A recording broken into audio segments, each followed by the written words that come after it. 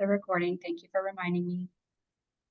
I am definitely feeling a little flummoxed with technology not cooperating me, so allow me to collect myself, start sharing again. And this time for real, we're gonna dive into the material. Simon's gonna come back in momentarily, but we're just gonna keep on going. All right, everyone hopefully can see the screen. Chat disappears, got it back. Let's do this. All right, so as we all know, we are finally in week 1 of communication design. I'm not going to pace around the way that I normally do. And we are going to basically just go through our introductions for today. We're going to do a course tour, and we're going to talk about really what theory is and what a theory-heavy class is. Because I'm going to be honest with you guys, this is a theory-heavy class, which pros and cons to that. If you're kind of a philosophical person, you're going to love it. It also, on the what I think is a pro side, means that there's no right answers. We're going to have really rich conversations and practice a lot of critical thinking. But these are big ideas, and there are a lot of opinions about the way that human communication has evolved and the way that it's been influenced by different technologies throughout history. And you're allowed to disagree with anything that we read, with anything that we present. You're always allowed to disagree with each other, respectfully, of course.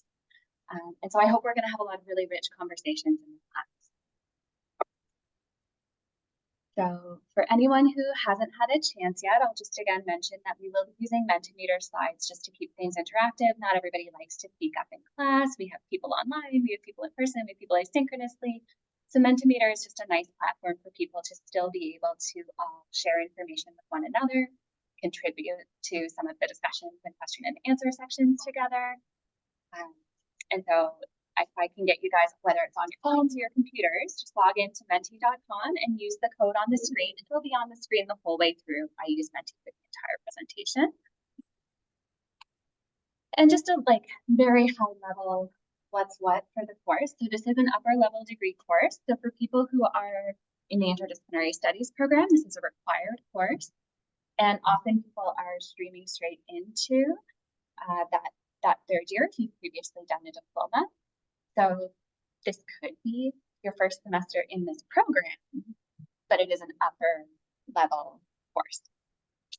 It's also an OSO, so it's also open as an elective for other degree programs. So we have a really nice, interesting mix of people coming from different backgrounds, which again, I hope really contributes to some cool conversations. So what are we doing today? We're going to talk about the joy of flex classes, which we've already experienced in real time. I have a lot to learn when it comes to delivering in flex, obviously, so thank you in advance for your assumed patience. I do learn pretty fast, so if you give me some grace today, I promise I'll be better next week, and then I hope by the 3rd week I'll have it down pat. Here's hoping, Simon. Here's hoping I got this. Today is not my day, I'm telling you that right now, but we're going to make it work. So the other thing to expect from this course that we've learned so far today is that probably we are always going to be about 5 minutes late getting started because there is another class in here right before us and it's hard to get through the door. And then once you're through the door, you have to start setting up in real time. And you know how when you're trying to look something up while people are staring at you and waiting for you to look it up, suddenly it's impossible? That is what I am experiencing. Yes, so I'm a little sweaty, I'm a little stressed, but we're in this together and it's all going to be okay. And then having dealt with the fun of getting ourselves set up and figuring out where our classroom is and figuring out how hard it is to get into this room, we can just settle in. We can now know what to expect.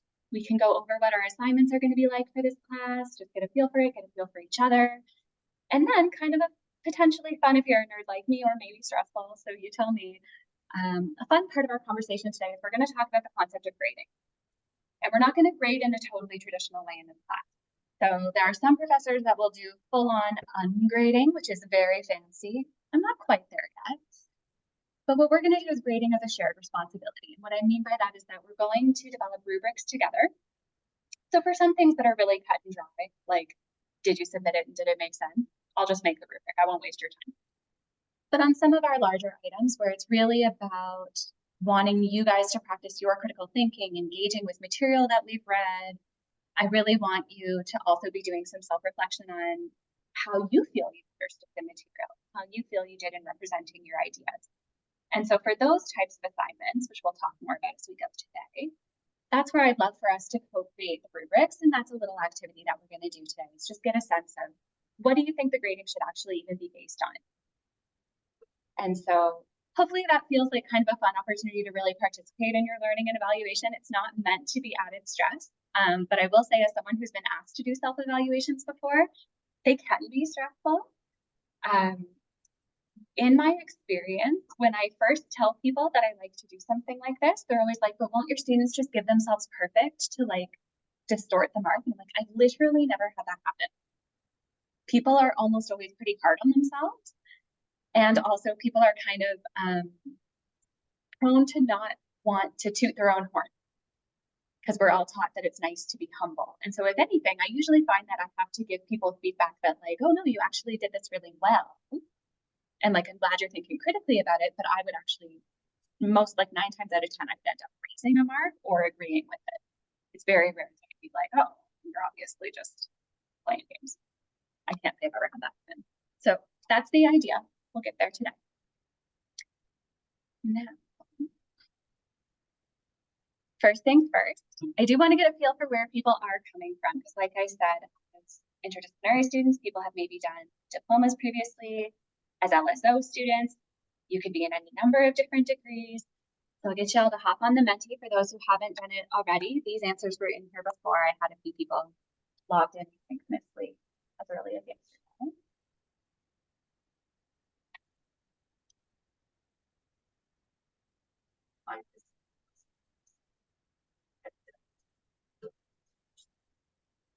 Yeah, it's harder.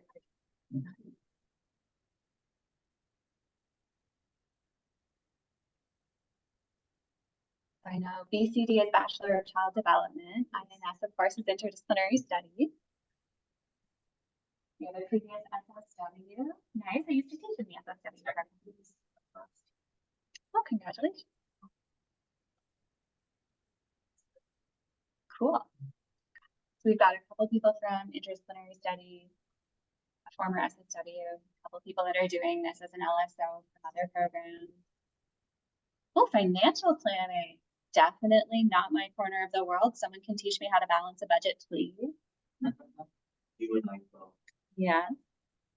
Okay. So hopefully we can start to get a feel for some of the different backgrounds that are going to be in the room participating in these conversations.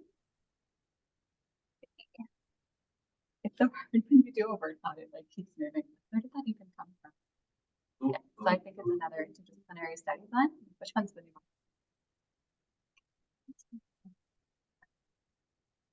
Interesting. All right. So if everyone's had a chance to kind of pop in responses here, thank you for one, practicing using the Menti, making sure everything's working for us, and two, giving me a little sense of where everyone's coming from. Now, I know in Bachelor of Child Development and in the SSW program, people are going to have some familiarity with doing some academic reading and research. I am not familiar with the financial planning program.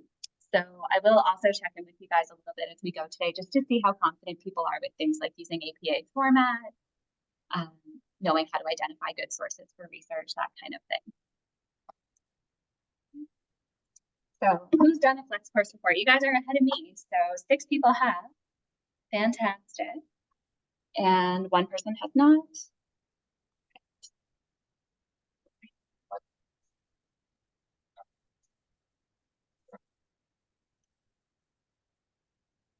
It was just sort of an option for people who are like, maybe, I don't know, maybe, what's Flex? What are you talking about? Mm-hmm. Yeah. Okay. So we have now 8 people who've done Flex before. So I know, of course, anyone who's in the INS program has done Flex. But not all programs even offer courses this way.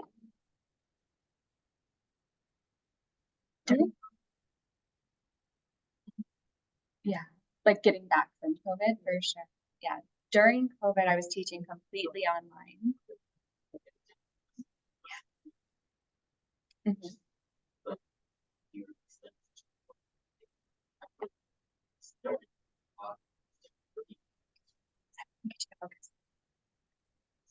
It's okay. All right. So we are going to keep on moving here. How do you usually prefer to participate when it's flex? So we got a pretty even split. Now, are the 4 people who said in person literally the 4 of you? In person. I'm one of the in-persons. Oh, and Aisha has another in-person preference? Okay. Yes. Okay. Yeah. Okay, but we're going to think about this right now. Okay. So in terms of participation, it does look like I can probably expect to have maybe 4 or 5 people physically here with me most days, which is just nice for me to be aware of. Hopefully even a little bit more. Maybe I can slowly coax people to come hang out with me. But we do have a number of people who prefer to be online, and there's lots of really good reasons for that. So I'm gonna get better and better at using this technology and try to make this as seamless for you guys as possible. And understandably, our asynchronous voters are probably not here right now, so they'll weigh in later. But I'll have to assume based on the numbers that there'll be a decent number of people who will be participating asynchronously. Okay. So what's our favorite medium? So the reason that we are asking this question is because in this class, we are going to explore the ways that human communication has changed with the advent of different technologies over time, going all the way back to oral cultures and the introduction of writing as a technology, so just handwriting, to then typing and print, the invention of the printing press, how that changed the way that people can communicate widely, and then getting into things like radio, television, mass media. Yeah. And of course now the internet. So since we all have only lived in this age with so much technology at our disposal, we have a great number of choices for how we prefer to engage with the technological world. Yeah, big word. So we've got a number of people who like video forums, so TV and movies, number of people who are using social media. Always curious when people choose other and like, what was the other? What did I not think of? Did anyone here choose other and want to share?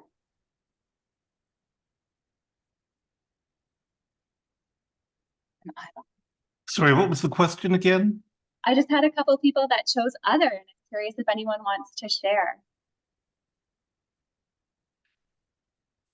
You don't have to. I've got at least one gamer, one writer. Yeah. Okay. Right.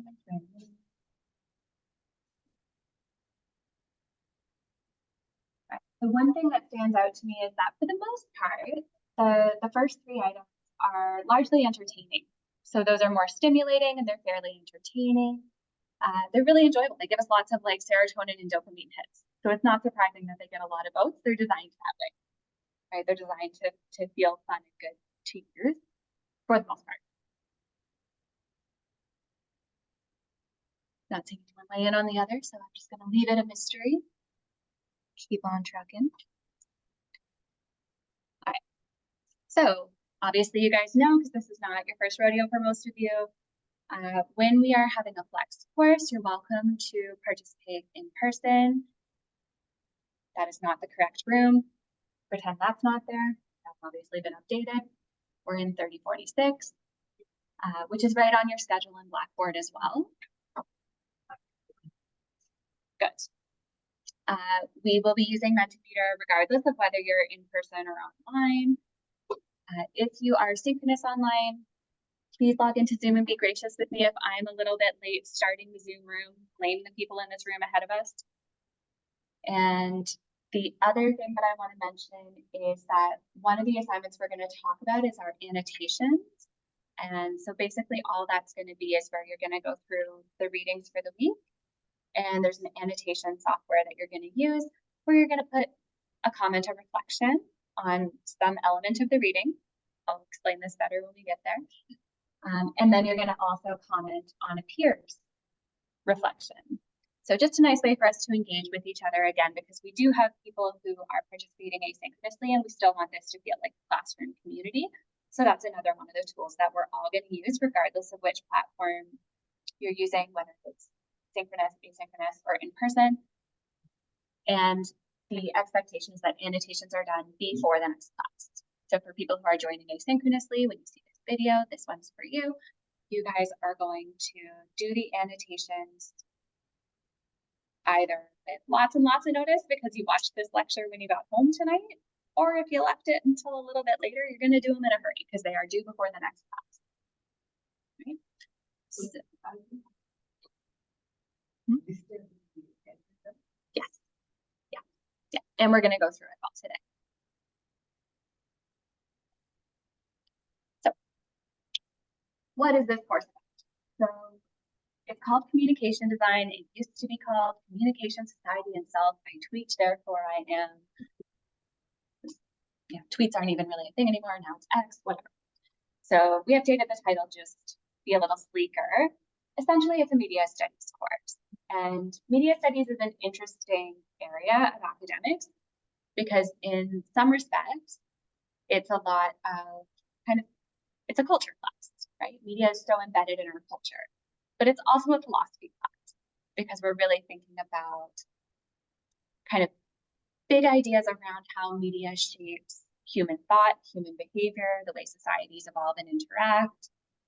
And so when we're studying different media industries, technologies, the popular culture of certain times or different groups, we're going to be looking at this from the perspective of kind of a sociological philosophy, so thinking about human relationships, so groups of people, the way that they interact. Also just history, like historically, what are some of the events around some of the major developments and some of the shifts in our culture?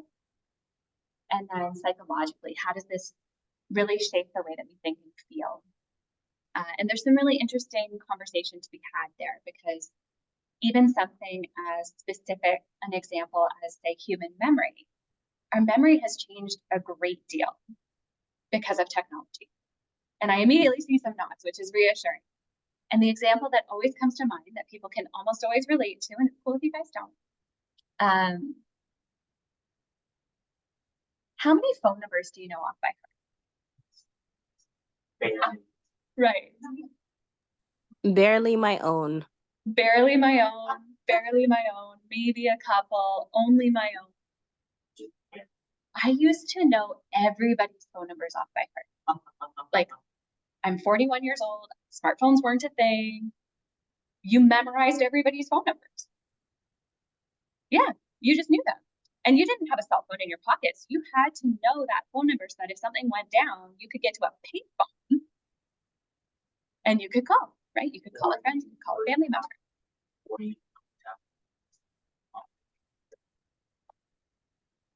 But then in a pinch, did I write down the right phone number? No, you tried to memorize as many phone numbers as you could. So, hey, come on in. Are you here for communication design? Well, go, come on in. You're okay.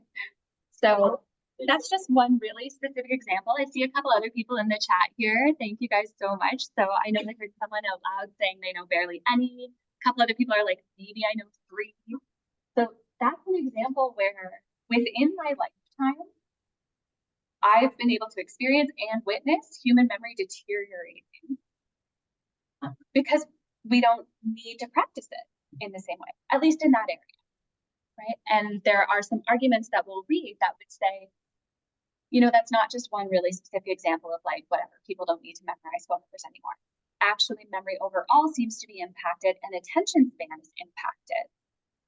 So when I talk to my nephews, for instance, who are young teenagers, if I'm like, do you want to watch a movie? They're like, no way, a movie's too long.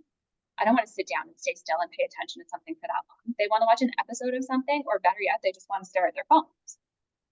They want to watch like a 30-second TikTok video or however long they are. There was one time when comedians tried smartphones as drugs. Smartphones are like drugs. They're extremely addictive because the platforms that we're, well, not the phone itself necessarily, but the platforms that we're using on them are designed to give you little hits of dopamine, little hits of serotonin. They're very, very rewarding. And so they're also designed with what's called like intermittent reinforcement, which is me getting into the psychology of things. And my background is psychology, so fair warning, that will always be where I'll end up. When you think about different ways of reinforcing behavior, If, say, every single time you do what I want you to do, I give you a cookie. Every single time. Oh my goodness. You think that's the best way to create a behavior. It's actually not. Sneaky. It's a good way to initially train a behavior, but you'll get bored. If, however, intermittent reinforcement, I give you a cookie at random. You keep doing this thing. You don't know exactly when I'm going to reward you for it, but I will eventually. Then I'm going to create a lasting behavior.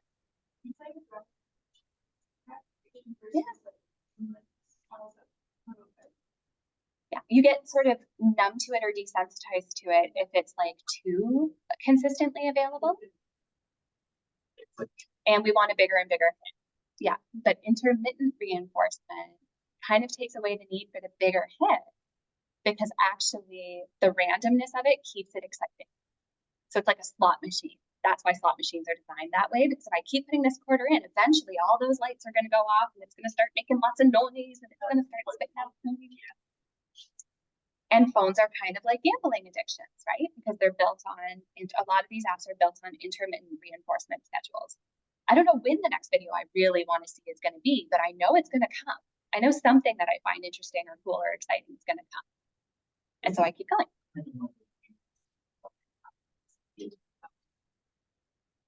Yeah, I have mostly bad feelings about casinos, to tell you the truth. Yeah, not for me.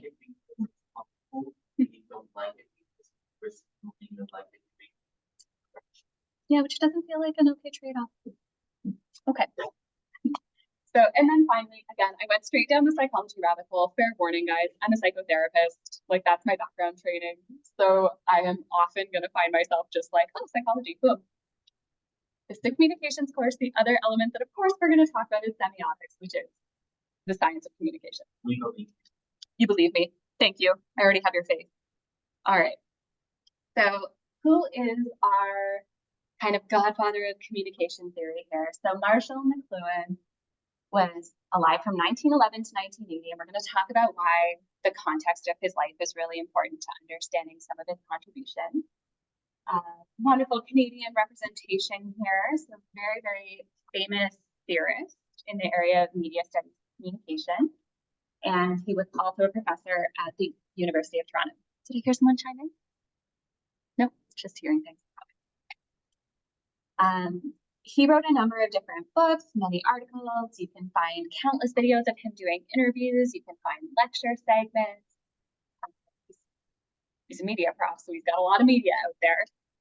He's probably, I would say, most famous for coining two expressions. So one, the idea of a global village, and two, the notion that the medium is the message. Now, before we dive on, just super curious, and it's okay if people are like, I have no idea. What do you think the medium is the message means? I think it means that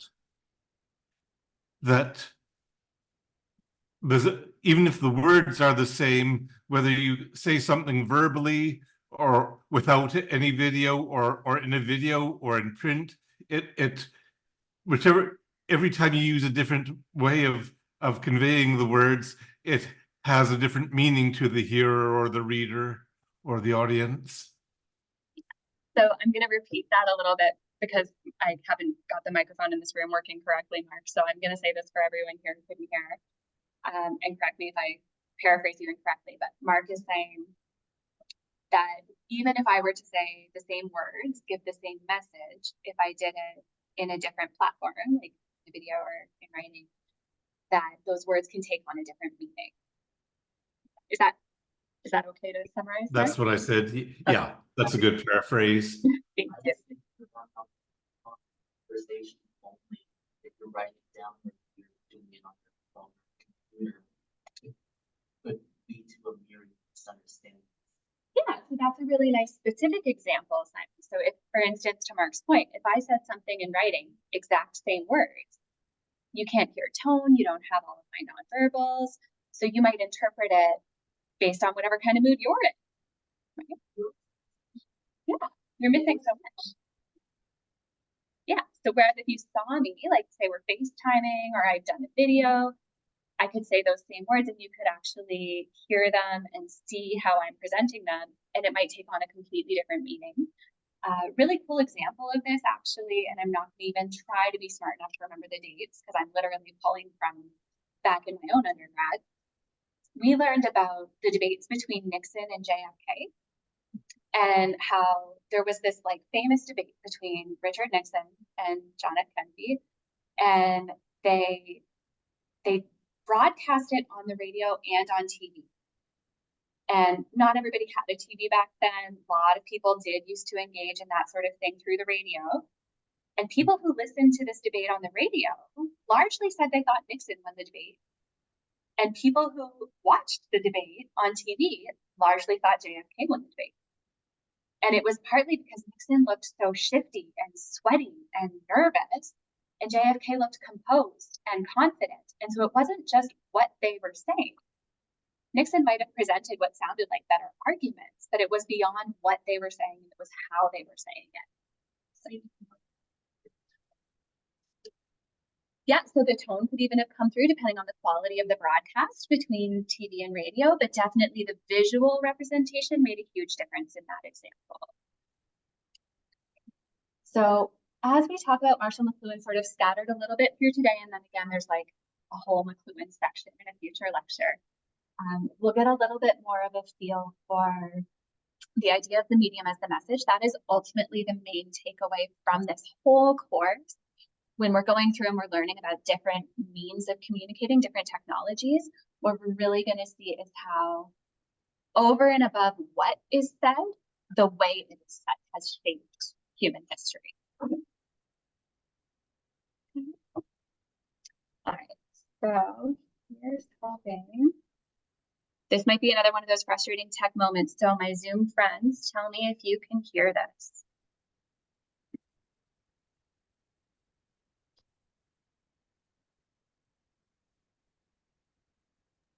Unfortunately, can't hear anything, but love the Zoom friend's name. Okay, say that for me again. I heard you say you couldn't hear it, but. I love that you refer to us as your Zoom friends. It's so cute. Well, I have to try to endear myself to you somehow when I can't seem to make Zoom work correctly. So I might just have to stop sharing real quick because I probably just missed that super fun, teeny tiny little tick box that says to use the audio as well. When I open the Mentimeter on my own computer, I can hear the video in the Mentimeter. I just can't see it on your screen. Okay. So in the imperfect world, we might, oh, I found the button. Let's try it one more time. And if this doesn't work, then we'll just get you guys to watch along on your own. Why is my computer angry? Marshall McLuhan was a visionary, far ahead of his time. Working. The Canadian was a philosopher and professor, but could perhaps be best described as a communications theorist. The book is actually called The Medium is the Massage, due to a mistake from the typesetters. But when McLuhan saw the error, he loved it, and kept it as it was. Perhaps this was because McLuhan thought media massaged the brain to behave in particular ways. So, the medium is the message. What does it mean? Quite simply, it means that the way that we send and receive information is more important than the information itself. Where we were once consumers, consuming information by watching television or listening to the radio, in the 21st century, we have now also become producers, creating our own information as well. For example, after watching the latest episode of a television series, we can now instantly connect with anyone, anywhere in the world who also watched the programme and communicate with them. The mediums have changed the way we behave. Studies have shown that our memory spans have reduced due to digital technology. News stories have been replaced with 140 character tweets. Conversations have been replaced with emojis. Anecdotally, I've heard of young children trying to turn the noise of their parents arguing down with a remote control. When reading a book, I've had to stop myself moving my hand to press on a word to get the dictionary definition, after becoming familiar with the Kindle's user interface. For McLuhan, watching television changed the way we looked at the world. He said, "It is impossible to understand social and cultural changes without a knowledge of the workings of media. This has developed in the modern world, with social media playing an important part in various civil and cultural events. The Egyptian Revolution of 2011 was a successful uprising in part due to the extensive use of Facebook and other social media. Online activism helped to organise and publicise demonstrations and acts of non-violent civil disobedience, which resulted in the eventual overthrow of the government. McLuhan prophesied that electrical information devices for universal, tyrannical, womb-to-tomb surveillance are causing a very serious dilemma between our claim to privacy and the community's need to know. Edward Snowden's whistleblowing revelations in 2013 exposed the 24/7 global surveillance intelligence agencies and governments undertake on their citizens.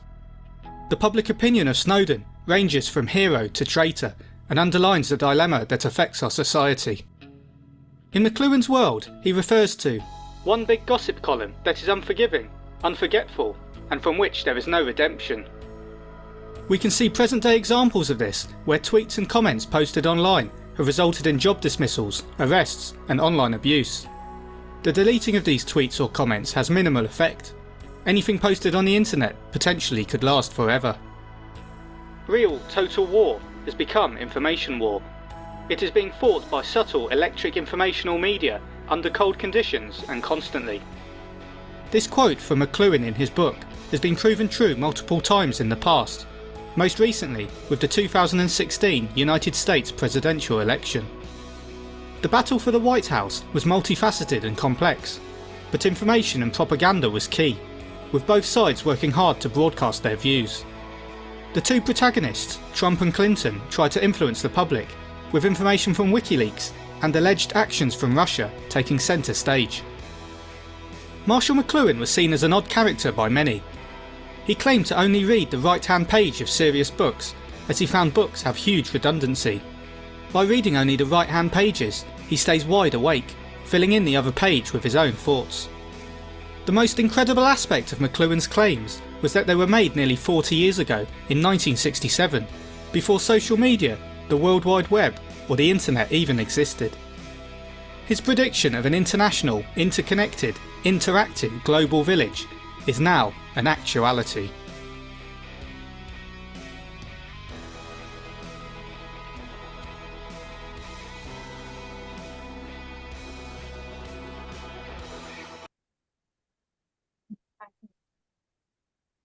So one of the things that always stands out to me when I watch this is one, it's way more than 40 years ago now. This video was in 2007. So it's over 50 years ago that Marshall McLuhan is saying these things.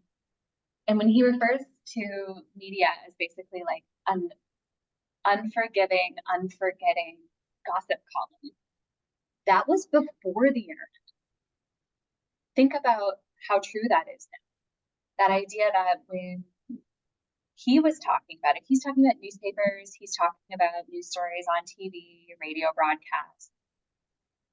But the way that information exists and takes on a life of its own now is at a whole other level. So we're going to take his foundational ideas, but we're also going to elaborate on them in today's context, because dude was a visionary. Like, everything he was saying is probably even more true now.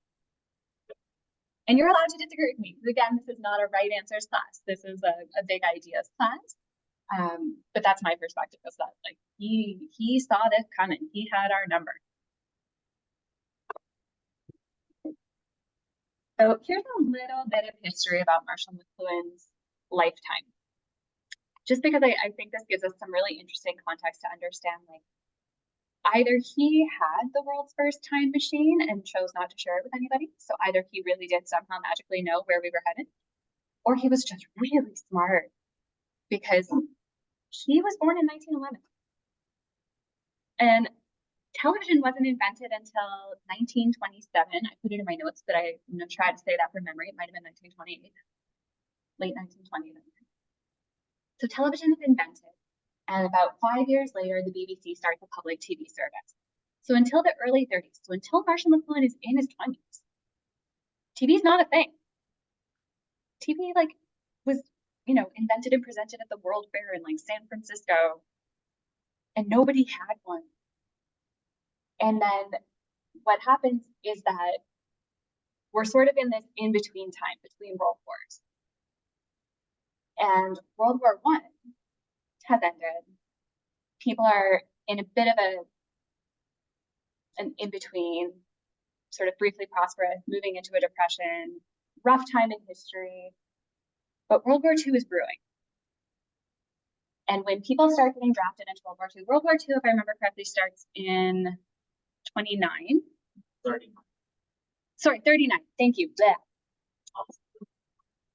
Good for you, Simon. That was like good history. World War I. That's right. The night Yes. that one killed my correct recording. Circled the world like 3 times before it was done. Yeah. So they've been through a pandemic, they've been through a world war. This is all in this man's young life. Somehow he still has the mental energy to be thinking big thoughts. But he's going through, to your point, he's been through World War I, he's been through a pandemic, going into World War II, the Depression. And when World War II starts, Canada joins right away. America joins a few years later. I think America joins in 31. And or sorry, 41. thank you, 41. I keep like subtracting a decade. I have a problem. 41. And then the war's over in 45. And when people are coming back from the war, there's the GI Bill. For the first time, families that would not have had the kind of income that people require to live that suburban life and to have a TV in their home, suddenly they do. I'm also really curious about how our relationships, the idea of propaganda changed because of the war, because in World War II, the propaganda machine was a huge part of the war effort, for good and for evil. And so suddenly we have this awareness of propaganda and what it is to be influenced by mass media. And we all have access to TV. Not all, but almost all. By 1965, 94% of Americans have a TV in their house. So in about 30 years, we go from nobody has a TV to everybody has a TV. What does this then do for our culture? What does this mean in terms of how we communicate, how we get out mass messages? Who decides what information gets handed out?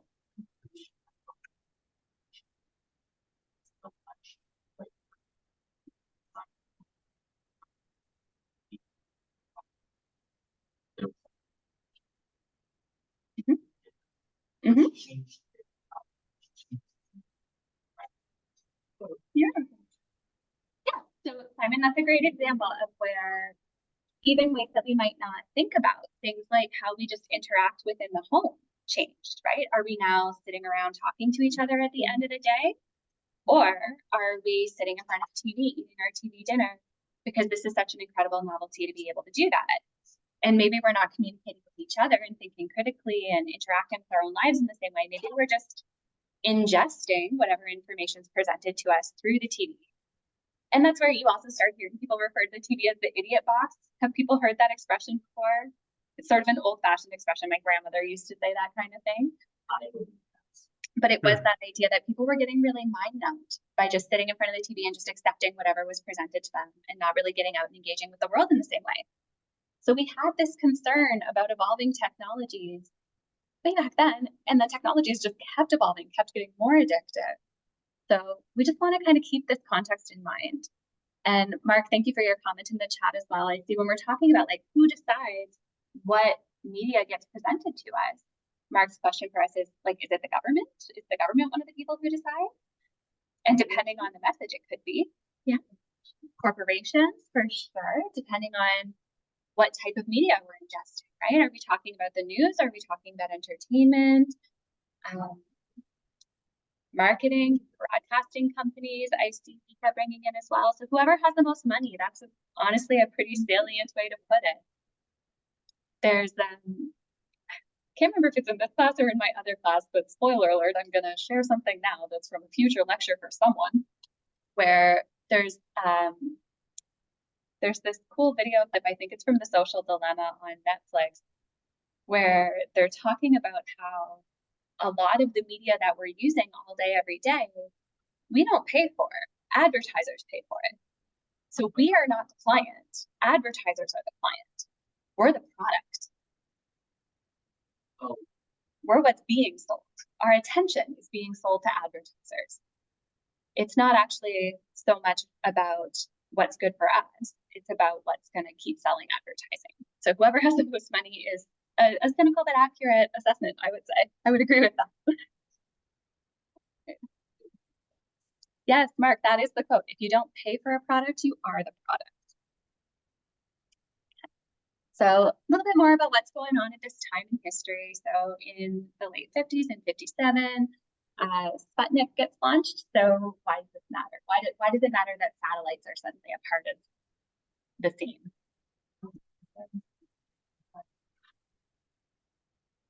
Yeah.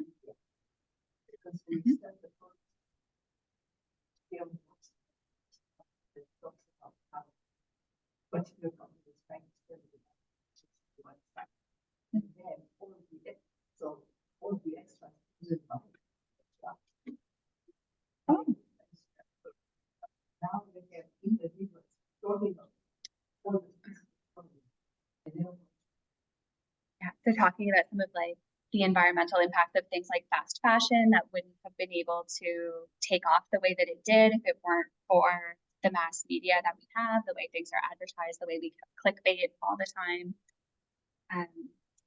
Going back to the idea of satellites getting launched.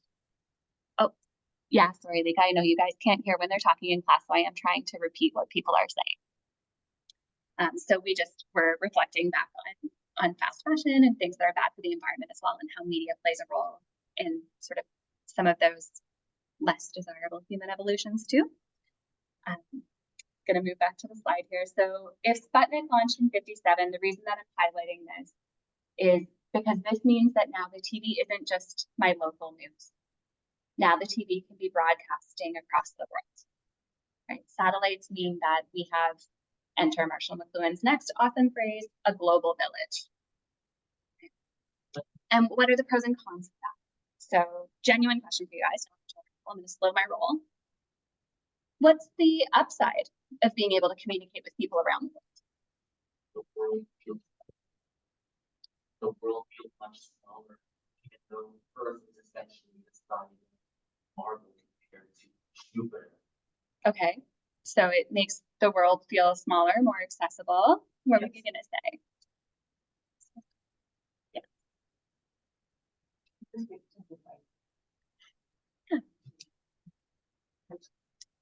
Yeah. So when we have a global village, then we have an exchange of ideas between different cultures. We can access each other in a way that we never could have historically. So that's basically the good stuff.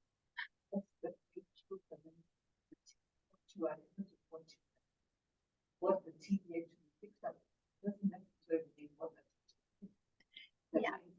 the big one, the big one. Yes. So the dark side. Yeah, you'd have to actively look for it. So that's getting into the next point as well around what are the downsides of this idea of a global village is we assume it's a global village, but is it actually representative?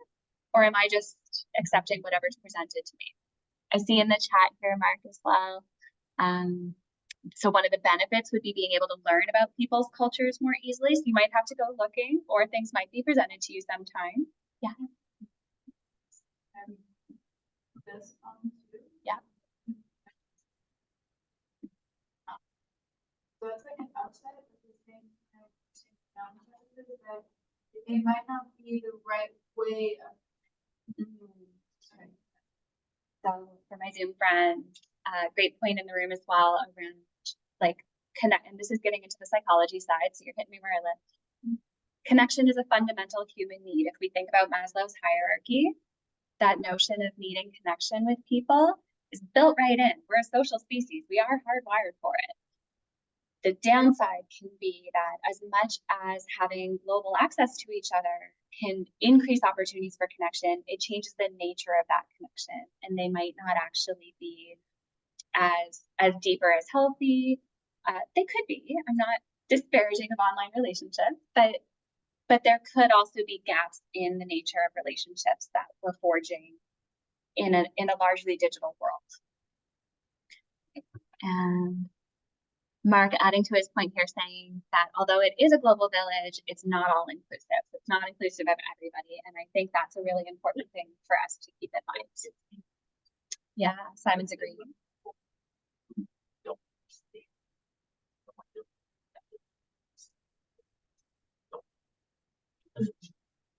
Mm-hmm. Yeah. Yep. So also in the online world, you can experience things like bullying and things like othering. And instead of experiencing that, which was already harmful in our lived lives, in our real worlds, but you can now experience that on a really global scale, right? Those sort of internet interactions can also be quite harmful and quite abusive sometimes, for sure.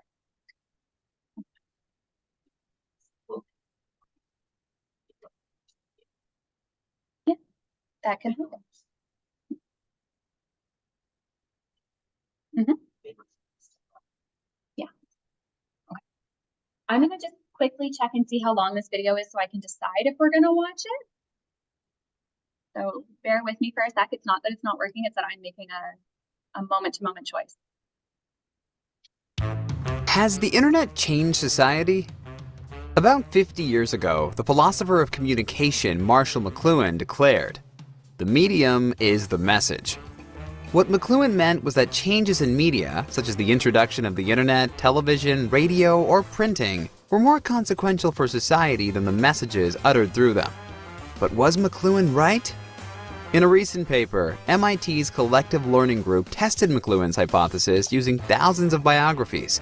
They identified the city, place of birth, and occupation of the biographies with a presence in more than 15 different languages in Wikipedia. The data showed interesting signatures of McLuhan's hypothesis. First, the number of famous biographies doubled around the year 1450, when printing was invented. Also, the occupations of biographies changed with the introduction of communication technologies. Before printing, most famous biographies involved political and religious leaders. After printing, they include artists, composers, astronomers, and mathematicians.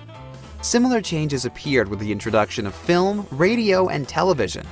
The era of film and radio came together with the rise of famous performers, singers, and actors. The era of television with the rise of famous athletes such as soccer players and race car drivers. But does this mean that the introduction of media caused this change? Or is this just a correlation? Many factors can affect a city's ability to produce a famous scientist or artist. Population, history, and language are just a few of them. But the distance between a city and the German city of Mainz, the birthplace of printing, can only influence the birth of famous scientists or artists through the adoption of printing. The researchers show that cities that were closer to Mainz adopted printing earlier, and also produced their first famous artists or scientists sooner. They also found that a city's distance to Mainz predicted the birthplace of famous scientists and artists only after printing was introduced. Of course, this doesn't mean that other factors, such as language, size, or culture, don't play a role. It only means that printing is a factor for which we have robust evidence. Maybe McLuhan was right.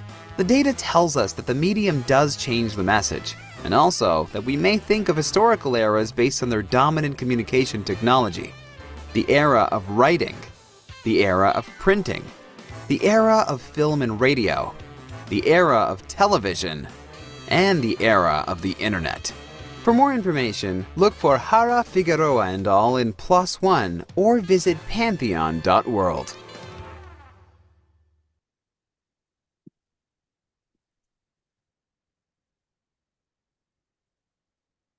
Yeah, that's fine. We'll do that. So the thing that I just want to highlight from that video, if I may, is how interesting it is that with the advent of the printing press, it didn't just change the number of stories that were getting out there, which you would expect, right? Mass production stories. It changed whose stories got told. So prior to this, the only people who really had the time or money to have someone sit down and physically write out their story would have been a major politician or a religious figure. And then after we have the printing press, suddenly we have access to such a rich opportunity to hear other people's stories, to hear about scientists, to hear about artists.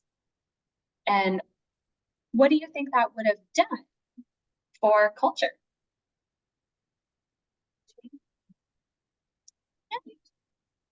Yeah, so we see culture evolving, we see richer language, we see people even like names can change. I'm even thinking about people who would not have had access to scientific information suddenly do. People who maybe wouldn't have had the opportunity to experience and appreciate art suddenly can learn about these incredible artists, maybe even see some of their work in print, things that were not actually accessible to the majority suddenly can be. Yeah. feel like that should not be. Well, this is about the printing press, though. Yeah, we're talking about the printing press. Well, you can't travel on a printing press. Oh, I mean, what about travel? Oh, writing about travel. Yeah. So teaching people about different countries, teaching people about, so writing about, like, maybe in that, whether that's political science or geography. Absolutely. Culture. Absolutely. So sharing and expanding our exposure to different cultures. And one of the things that also comes out of that video is that it wasn't all shiny and good. So yes, that's amazing that we're getting more people's stories. And that was disproportionately people who lived in the area where the printing press was developed, who were around like Mainz, Germany. It takes a while for that opportunity to spread. And so you're going to see where certain cultures, certain nations are overrepresented in history because they had access to things like print sooner. And so their body of work, their body of history is more robust. And that doesn't mean that it's actually a good representation of world culture, because there's a lot of voices who are going to be missing. So that's always going to be kind of what we come back to in this class is here's all the things that are great about this new evolution in technology and whose voice is missing. And where did this change us or shut us down? So we're not necessarily saying anything is good or bad. We're just thinking critically about it and understanding that most things are both, right? Everything has a balance. So in this class, we're going to consider, I've probably already rambled on about a little bit of this, because to be honest, I wasn't looking at the slide. How different technologies change the pace and pattern of human communication. So being able to access information, communicate with each other, connect so quickly, so easily. How does that change us on like a fundamental level? How do different thinkers, so the different theorists that we're going to read, how do different thinkers in communication theory compare and contrast? So next week, we're going to read a little bit of the work of Walter Ong, who was actually a student of McLuhan, and he was also a Jesuit priest, which we can kind of critique his outlook on communication and globalization from that perspective as well. But what he talks about is really how writing changed the way that humans communicate and the way that humans remember things. So he'll talk about the shift from oral cultures into written cultures, or cultures, literate cultures, the word I'm looking for. And then we're also going to talk about maybe some contradictory perspectives from time to time. So when we talk about things like mass media, and we can look at, say, the work of Anderson, is I believe who we're going to look at for that one, talking about how mass media allows us to build networks and communities. We're then also going to look at the work of Noam Chomsky, who's basically like, mass media is just trying to put a blindfold on you. They're just trying to make you complacent, like a willing population to sell stuff to. Yeah. So we're going to read some really contradictory thinkers sometimes, but that's part of the fun, because probably we're going to agree with a little bit of both. And that's okay, because we just want to be having some rich conversations and getting our own wheels turning. Which is, of course, taking us to the final point, which is I want to know what you guys think about patterns of human communication. And that's really what all of our assignments are built around. It's just me getting a feel for what you guys think. And again, there's no right or wrong answers in this class. I know. Yeah, I understand. So a little bit about the kinds of readings that we're going to do in this class. Fair warning. They are philosophical. They can be a little bit challenging. They're pretty esoteric and wordy. They're not super long, but the language can be a little bit complicated, so give yourself a bit of time to digest. These people are big thinkers and they like using big fancy words. That's all I could really say about that. But they are really enjoyable ideas. So sometimes, you know, little thing that helps me when I'm trying to read something that's perhaps a little overwritten. Sometimes it helps to just kind of read it through quickly once so that you can try to get a feel for the big picture message and then go through and read it and kind of pull out some of the specific examples or details. It often helps if there's like a phrase or a paragraph that you're kind of stuck on going like, I don't know what this person's talking about. If you can skim and get the big picture, often that's going to help it come together. Not a strategy that works for everybody, but often that does help. So I'll just throw that out there for anyone who, like me, finds it a lot easier to identify a tree when you've seen the whole forest. And give that a try. We've already kind of touched on this. A lot of the readings are going to have overlapping themes and ideas. You're going to want to compare and contrast them. So just because something might sound like it's similar to what you've already read, please don't skip it. Please do still go through it. It's on purpose, I promise. And anyone have any questions about accessing the readings? Is everything working okay so far in Blackboard? Yeah.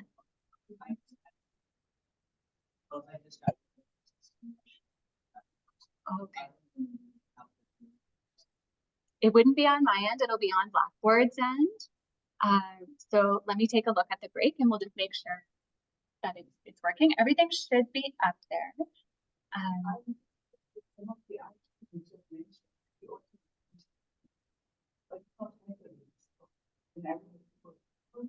They should be uploads.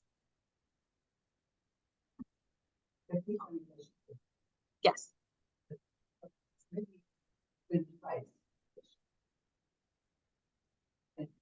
It could be a me problem if I haven't released it yet, because I was still setting the course up. So let me take a look at your computer if that's okay in a minute.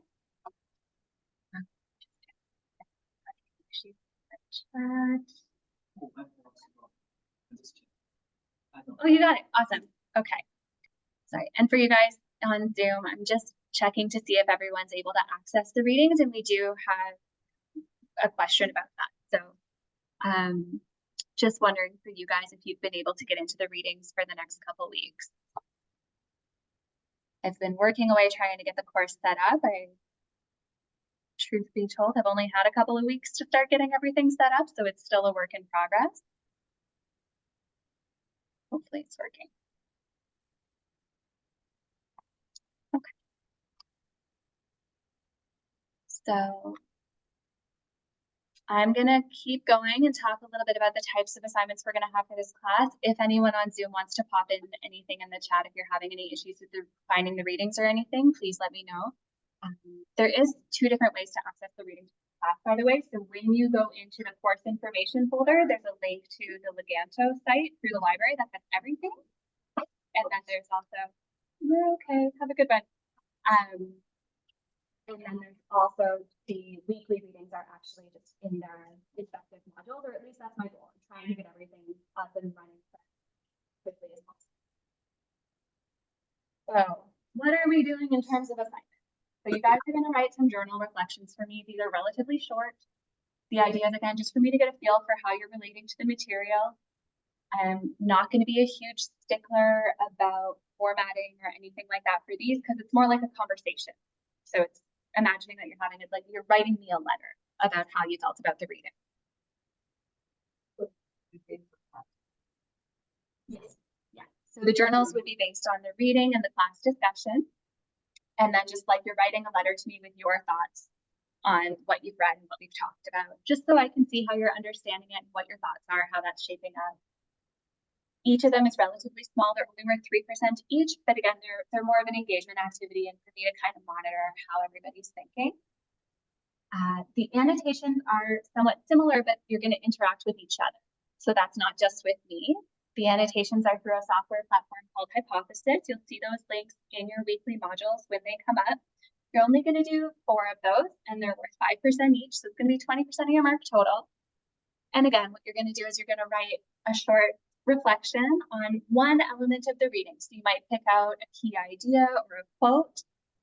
You're going to write a reflection on that, what your opinion is, what it brings to mind for you. Maybe it really reminds you of something we've learned in a previous class and you think it's a new and different perspective. You want to highlight that. So whatever it is that you're pulling up. And then you're also going to choose one of your peers' comments and just give a little bit of feedback on their perspective. Maybe they thought about things in a way that you didn't, or they said something that you really agree with that you hadn't thought of, or maybe you even disagree with something they've said. But if you disagree, and this is important, you disagree in a constructive and respectful way. So you might say, like, that's a really interesting point. I actually see it this way, and here's why. So this is about having a discourse. This is about having a discussion. It's not about tearing each other down or being right or wrong. We're just sharing our ideas. Not debating, sharing.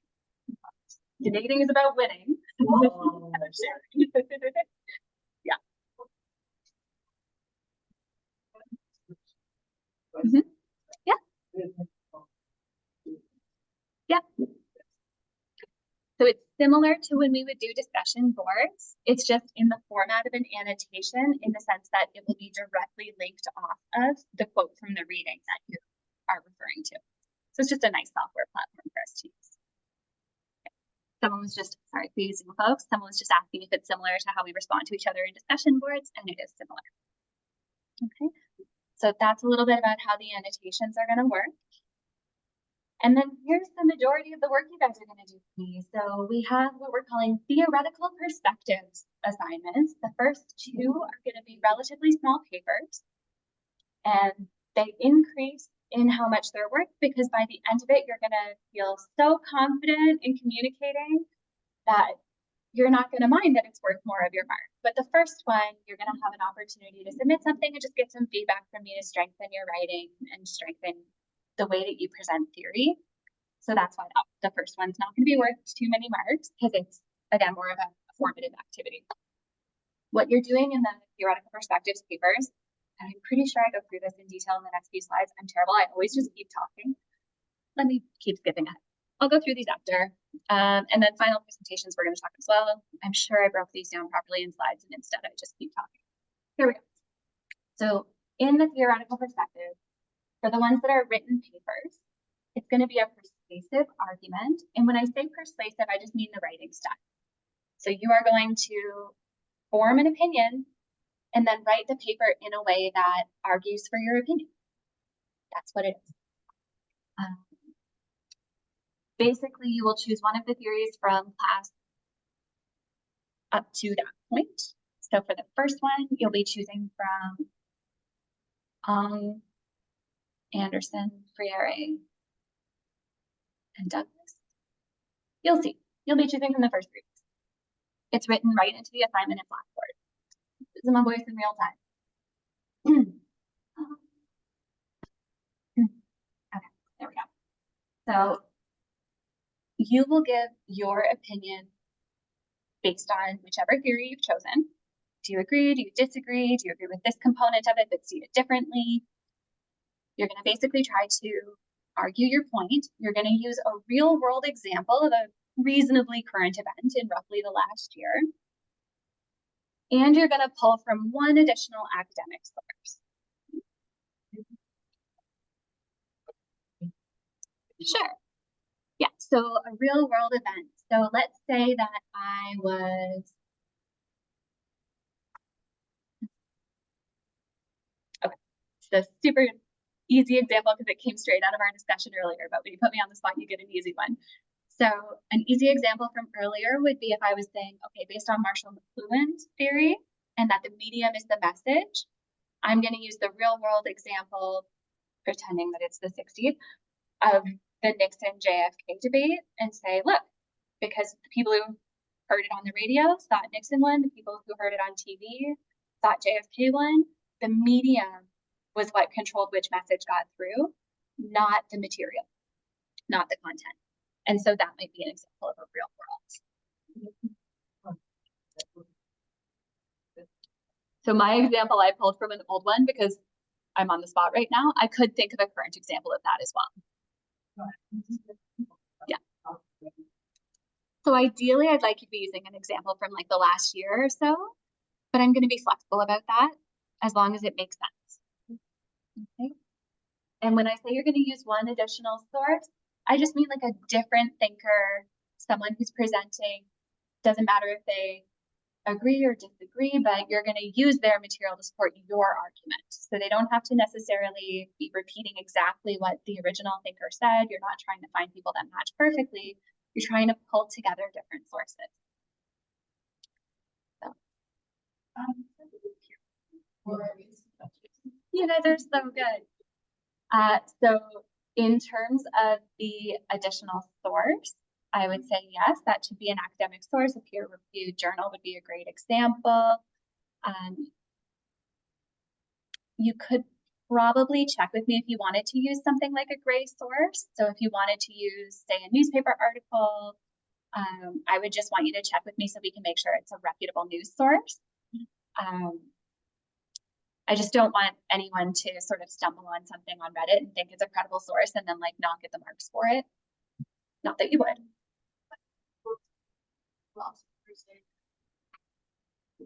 Psychologists want to try an argument, they can share.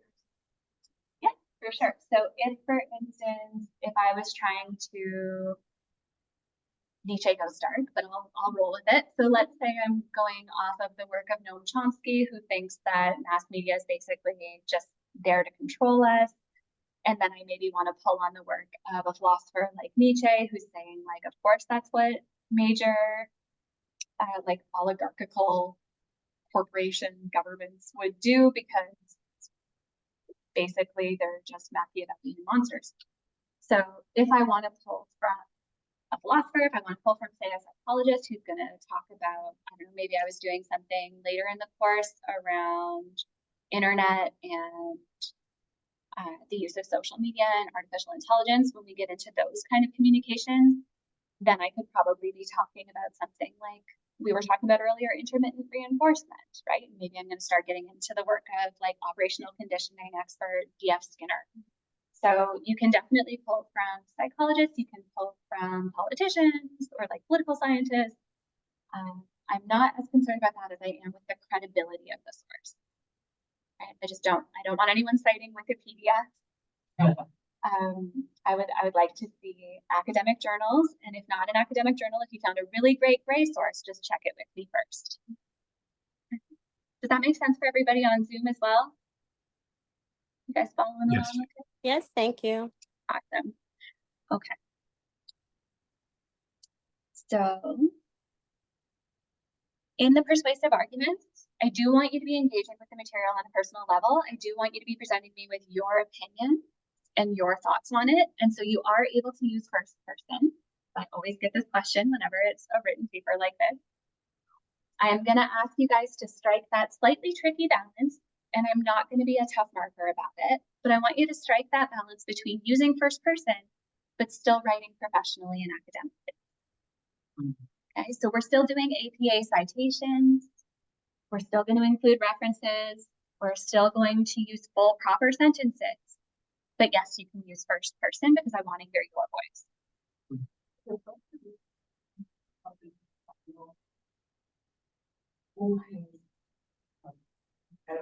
Whatever you choose, but what we have. So that's where my person use that. So would that be first one? Give me an example to help me understand what you're saying. I like something up. Okay. That's where my core. Okay. Yeah. So if I understand then, the question is, saying this for the crew here, when you're sharing your personal opinion, your personal beliefs and perspective, you can be reflecting on what shaped that. And it might be your day-to-day personal experiences. It might be things you've heard in your personal life that have kind of shaped your own core beliefs, and then how they align or don't align with the theory. Is that, yeah, absolutely. Yeah, so you want to reflect on your own thoughts, your own feelings about the reading, where that comes from, kind of understanding yourself in the context of the material, and then Making a persuasive argument means that we're not just making an emotional argument, right? You're not trying to convince me based on because this is what I think. You're saying, this is what I think. I understand for me, this is where this comes from. However, this additional theorist would agree with it. I see it in the world around me in this example, and this fundamental thinker from the course said so too. So, for example, I hope you guys are following along okay on Zoom. I promise I'm gonna fix the freaking mic in here. Okay. So we've talked about APA, we've talked about being able to use first person. How comfortable are we using APA format? Okay. So I have one person who's crushing it, two people crushing it, two people somewhere in the middle, nobody freaking out yet.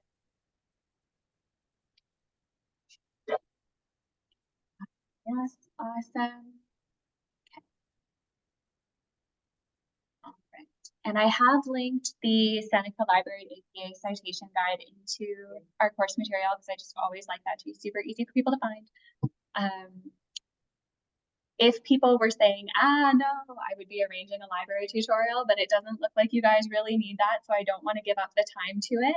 I will say if you ever need a librarian support, they are amazing gifts to humanity. The librarians are angels. Okay. Oh, everybody loves the library. All right, now here's theoretical perspectives number 3. This is the one people are going to be a little nervous about, I'm guessing, because I'm going to ask you to practice what we talked about in the course. I'm going to ask you to present your ideas using a different medium.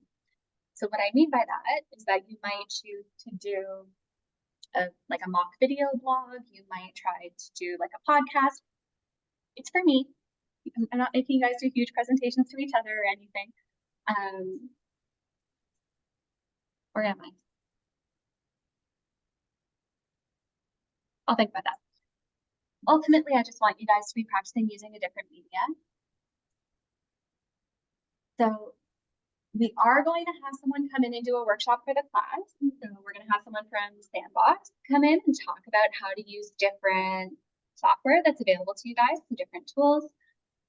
If you have kind of thoughts or ideas about what you might like to do for this assignment, take a look at your addenda, make a note of the week that the Sandbox tutorial is happening so that you can come prepared with your questions. If you even let me know ahead of time, then I can also give the Sandbox guy, Michael, I can give him a little heads up about the different mediums that people are mostly looking to use. So if we're looking at doing a bunch of podcasts, if we're looking at creating a wiki, if we're looking at creating a YouTube video, he'll be able to go through and help that. There's also really cool programs that can do like animation. So if you don't want to be recorded yourself, you can script and have an animation do your presentation.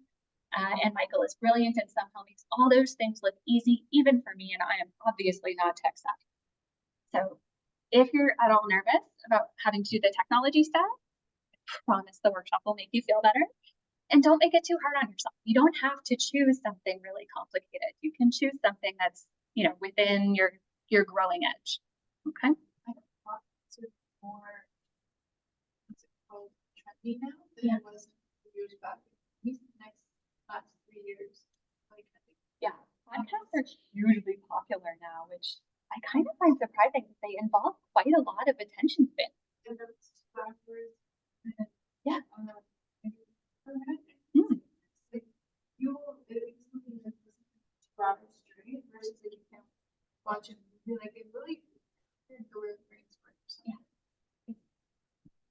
I actually, truth be told, I can only listen to podcasts in the car. I don't have the attention span to do that, like to just sit and listen to something. I have to be doing something else at the same time. So I've been really fascinated, and I know so many people who listen to podcasts when they exercise, which makes no sense to me because I'm like, there's no beat. Like, I need music when I exercise. So it's just, everyone's different, but you're right. Podcasts are one of those things that people seem to be really into these days. It's a really popular medium right now.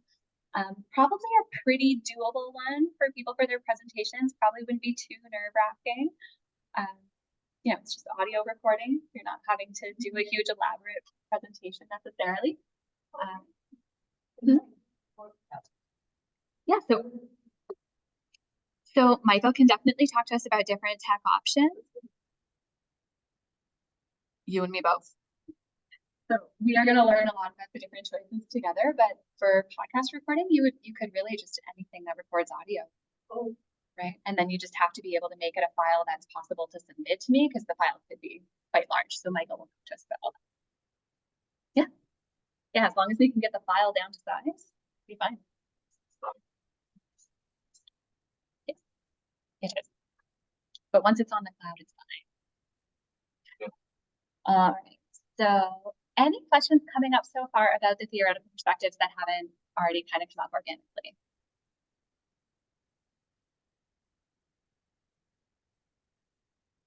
Doing okay? All right. So finally, getting into the final presentations, either individually or in pairs, either in person or via video.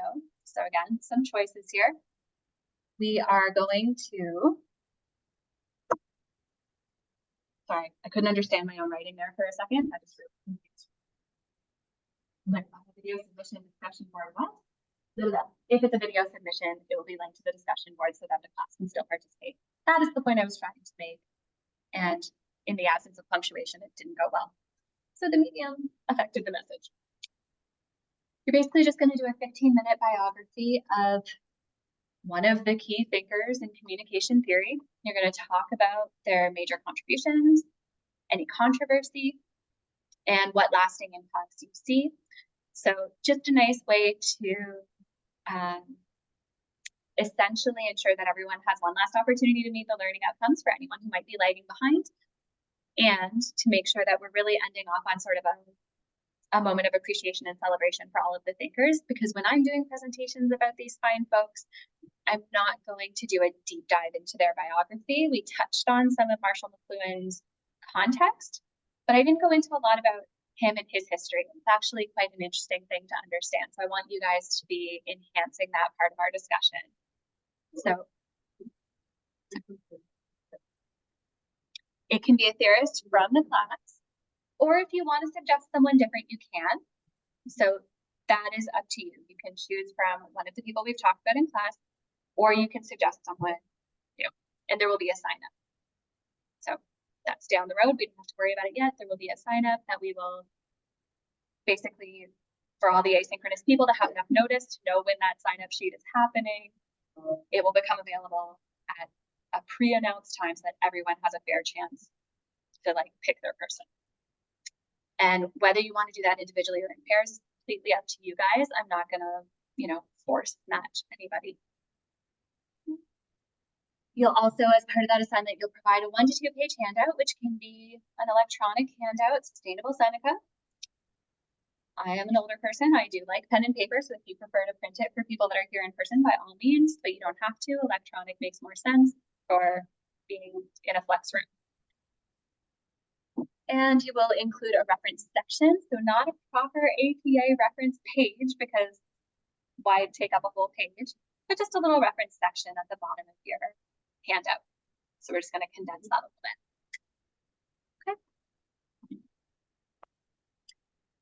So grading is a shared responsibility.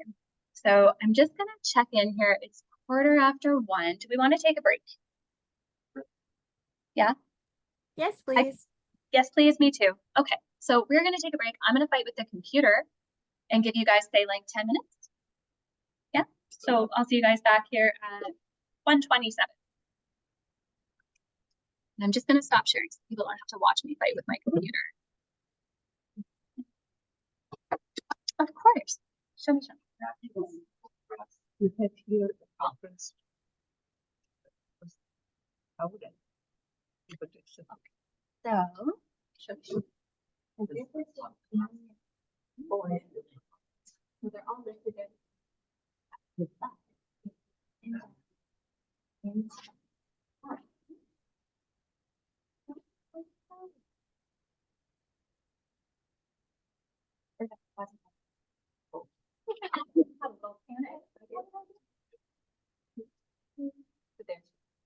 I'm like, okay. But I didn't see, so they only did the first what you. I did the same thing. The other places don't know we find it. Also, every module has one reference you made the definition. Yes. Okay. And it's going to test in one place here. Oh my God, your computer's touchscreen. Yes, it is. I'm so sorry. That is fascinating.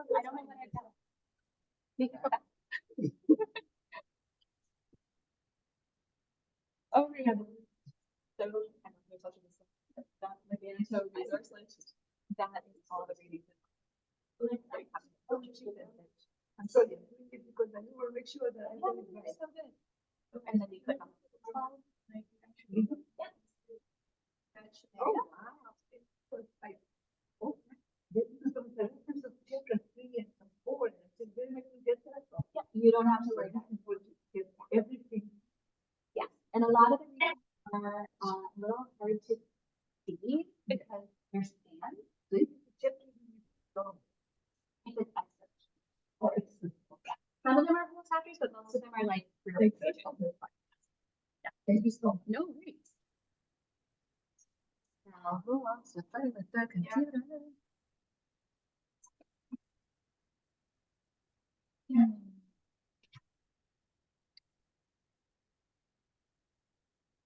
Oh, man.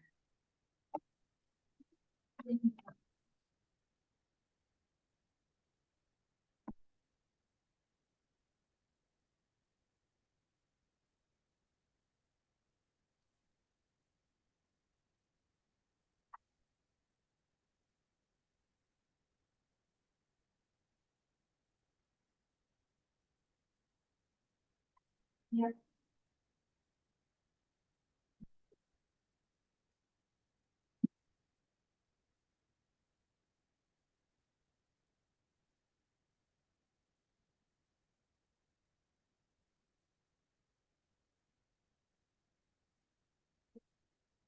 Good. Thank you so much.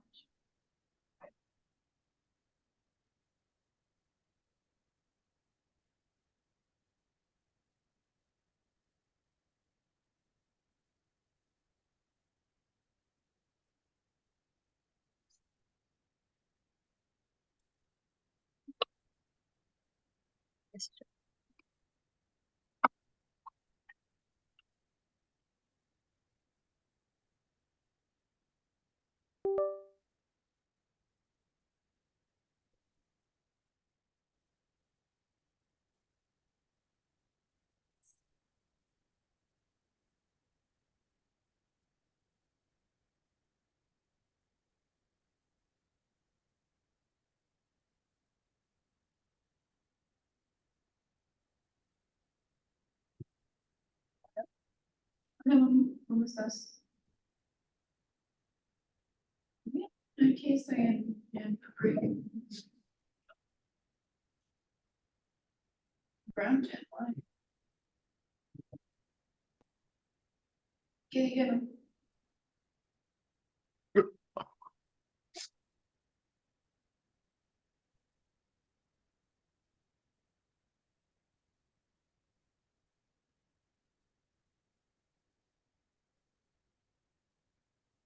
Ya, ¿qué tal todo,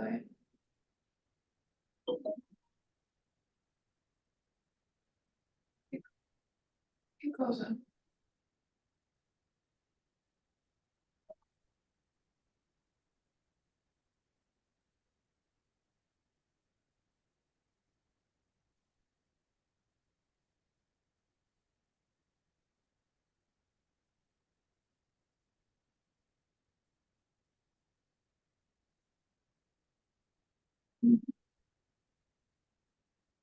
Ya.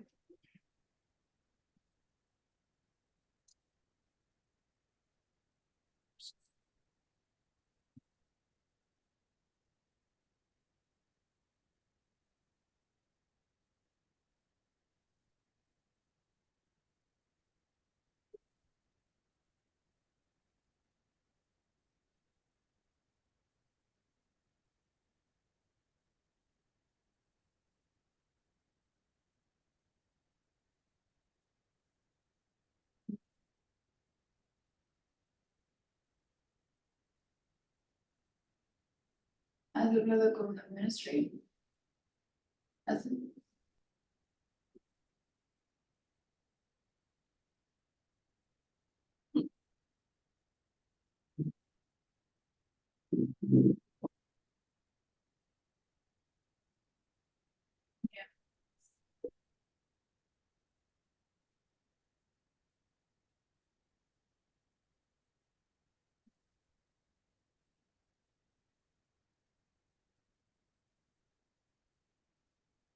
No, ¿qué más puedes hacer? Yeah.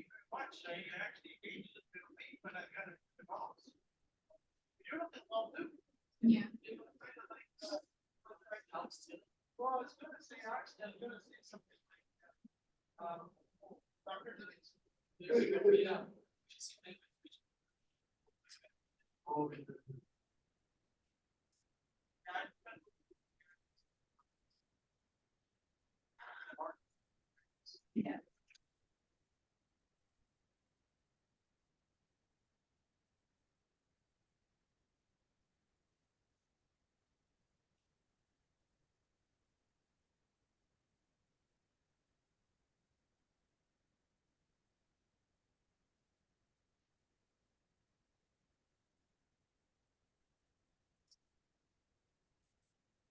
Me hicieron los appointments. Ya le hicieron los appointments.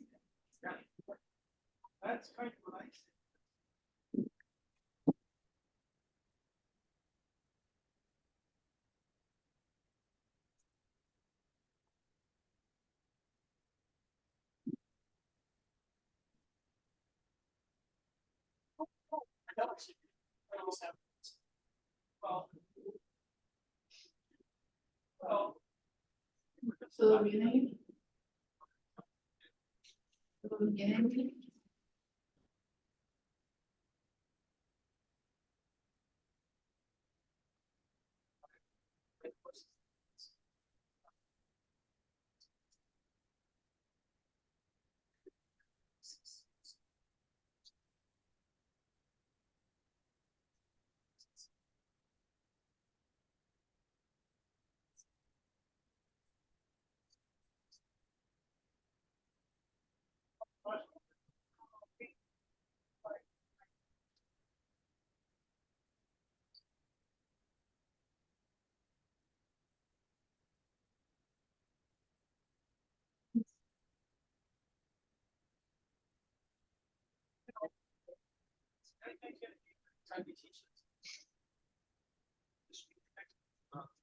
¿Y tú qué le dijiste? ¿Y tú qué le dijiste?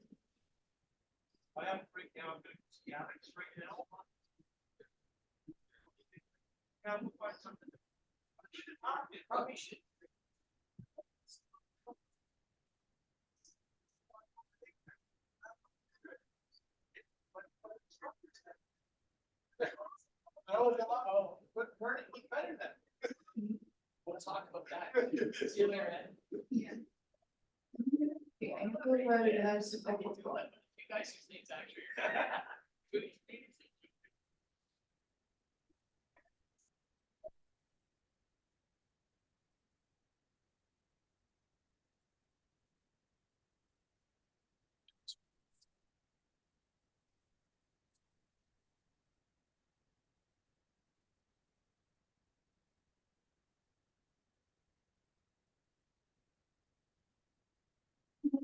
Ellos hablan de ignorancia, no hablan porque han vivido eso. Ellos hablan de manera ignorante. Ellos no saben nada. Ellos no saben lo que pasó, lo que ha pasado.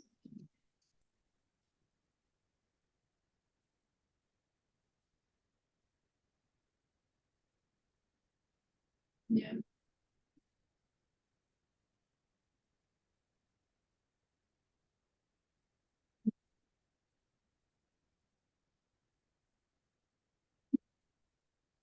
Actually, yeah, it's a goal memory.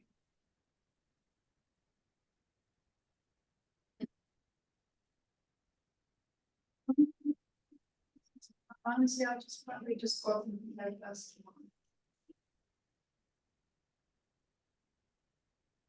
Yeah, wait.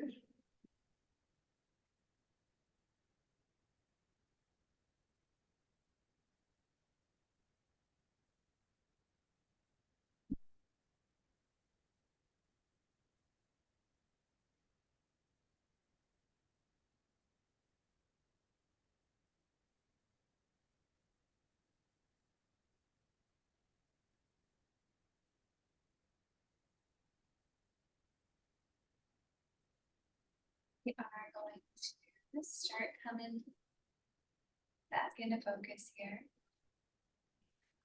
Chat feature again, there it is.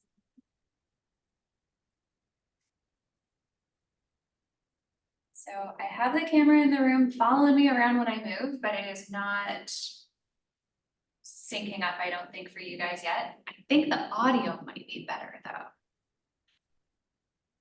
Is anyone in the Zoom able to do a little check with me if I get someone in the room? Yeah, it's better.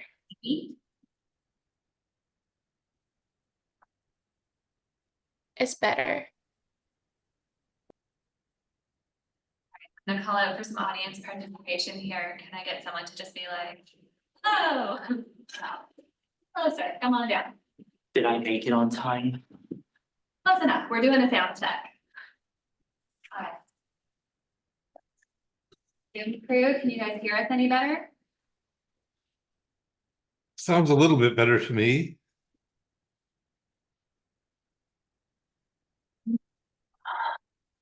It's somewhat better. Okay. We're gonna roll with it and keep hoping that this is a sign of more improvement to come. So the sort of thing that I want us to end off on today, but we're gonna take a little bit of time with, is really talking about how we want to do the grading in this course. So talking about that notion of grading as a shared responsibility and making sure that we're building rubrics for those theoretical perspectives and final presentation assignments together. Because I will ask you guys to self-evaluate in addition to, of course, I'll do a traditional evaluation as well. So first things first, let's get your thoughts and feelings about grading in general. What do grades reflect? So I have some responses in here already. So grades reflect our understanding, our ability to understand. They reflect our effort. I love seeing a couple votes in here for effort. So it does reflect how much we put in. And reflects your understanding and digestion of the material.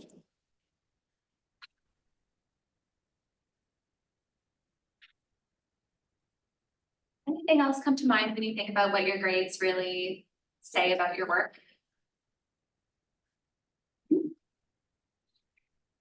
It shows basically, it basically evaluates everything you got about it.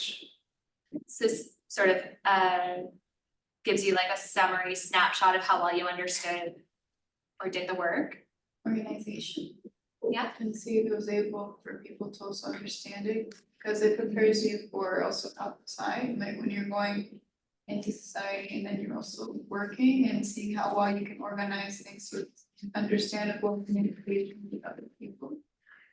Yeah, I think that's a really good point. I mean, it's a communications class, so I love that you're bringing this up, is our organization and our ability to get our point across, right? And that's one of those things that can also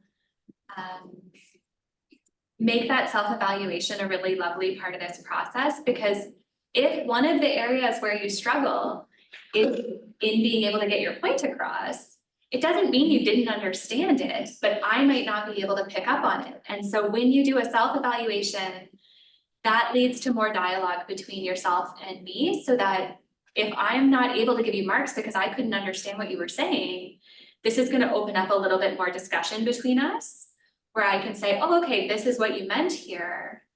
And I can see that you have a really strong sense of the material, but your communication of it is where we got lost.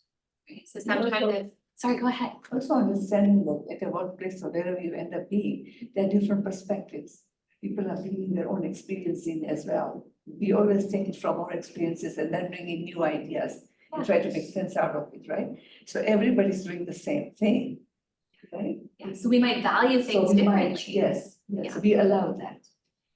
So when we share grading, we're allowing for different perspectives. Did different we values. talk about? And then inclusivity, we talk about so much. Yeah, our grading process should reflect inclusivity as well. I think also our learning, like seeing the ability to be able to show that we learned something, and then I guess our mentor or teacher is able to say, okay, yes, it's one way of doing it, or even gave you a different way of understanding, because there's different ways of connecting with people and everything, so that's also a different way to look at that. So this is actually part of the learning experience. You see someone saying grading is meant to really reflect kind of everything, right? It's how'd you do? So the next question I think was a little unclear for people, and I'm kicking myself on that because I did see a couple people try to join in asynchronously. And the next question is, what should grades reflect? And so far, the only answer that I saw was, I don't know, which leads me to believe also I don't know what's being asked. So what should grades reflect? So organizing your ideas so people are able to understand them. So definitely we're including that effective communication does impact our grades. Grades should reflect everything, and by everything, I'm interpreting that to mean your full understanding of the material, your ability to get it across, that you did what was asked of you, because to some extent, grades also reflect your ability to follow instructions, right? Like, it's not always exactly how well you understood a theory. Sometimes it's like, did you do what was asked in this assignment? I've had people hand in really cool work that was not what I asked for. And then I can't give them marks because it just doesn't fit the rubric. It's just not what we were actually doing. And I'm not mean. So in those cases, I don't even try to grade it. I give it back and say, this isn't what I asked for, and people can redo it. But the sense that you can have a dialogue prior to. But it's a dialogue. Right? Yes. With the professor or other Yes. peers or. Yes, so you're right. So when grades reflect your ability to follow instructions, they also reflect your ability to ask questions if you didn't understand the instructions. Because let's be honest, as much as we want academia to be about being brilliant, free thinkers, it's also about being able to do what's asked of you, because at some point I have to be able to mark it and I have to be able to hold it up to some sort of standard. And if everyone's marched into their own drum, there's no shared standard for me to mark it against. So there are limits. There are limits, yeah. So the reason that we're going to share grading is so that we can develop some of those shared expectations. We all know what's being looked for when we're marking things. You guys are going to self-reflect. So that opens up that dialogue between us, so that if, say, I didn't understand something you were saying because maybe there was an organizational issue, there's going to be that opportunity for us to go back, because I can see that you've really rated your understanding super high, but I can't give you those same marks because I didn't understand it. Let's have a little conversation. Maybe you might need to rewrite or resubmit something, or maybe the conversation's enough, right? Maybe it's just a clarification. So that's the idea. That's the goal of having a shared grading practice. Some people really hate self-evaluation. Makes a lot of people feel really shy or nervous to have to say, like, I did so good, da, da, da. It's a little like writing your cover letter on your resume, right? It's like that cringy interviewing experience. But it's also a skill. It's a skill to be able to look at your work and say, what did I do well? What am I not so good at? Not to beat ourselves up about it, but because we all have strengths and limitations. There you go. I have really strong language skills. I have to work really hard to be organized, right? That's not my gift. Technology, not my gift, right? But I can learn. So knowing what our strengths and weaknesses are, knowing what we need to work on, that's part of that self-reflection, not because I expect you to get it perfect before you hand it in, because I just want to know that you know yourselves and that you know where your growth is happening. But it's very kind of you to allow us to come back to us. And see where. I mean, as much as possible, right? I'm not going to be able to go back and forth endlessly, but I think that way. it's, no, I know, I appreciate it. But it's part of the conversation because it's part of your learning. So assignments are often straightforward summative. So as professors, we talk about evaluations being either formative or summative. Formative is it's a learning activity, right? Formative is something that's not worth marks or worth very little marks, like the things we do in Mentimeter, so I can see how you're thinking and how you're understanding stuff. Summative is I'm evaluating what you already know and I'm giving you your grade. I would like for everything to have at least a little, formative seasoning peppered over it. I want everything that we're doing to also be a learning opportunity, not just I get to give you a gold star or not. Because who cares what I think? I mean, someone has to, because someone has to put the final grades in. But at the end of the day, what I think isn't what's important. What you guys think is what's important. So all of that is my huge sales pitch to get you guys to participate in developing rubrics, which is just as fun as it sounds. So we are going to co-create our rubrics for the theoretical perspectives. That's the 2 papers and 1 alternate media presentation. And for the final presentations, that's the one that you can do individually or in pairs where it's a biography style presentation. We're gonna use the same rubric. So you'll set it off words. You will self-assess and then I will traditional assess. And then the final marks are gonna take both of our feedback into consideration. For the most part, it's usually pretty consistent. There's not usually huge discrepancies. And when there are discrepancies, again, it's that opportunity for us to have a dialogue. So you're not gonna have any surprises in your grades.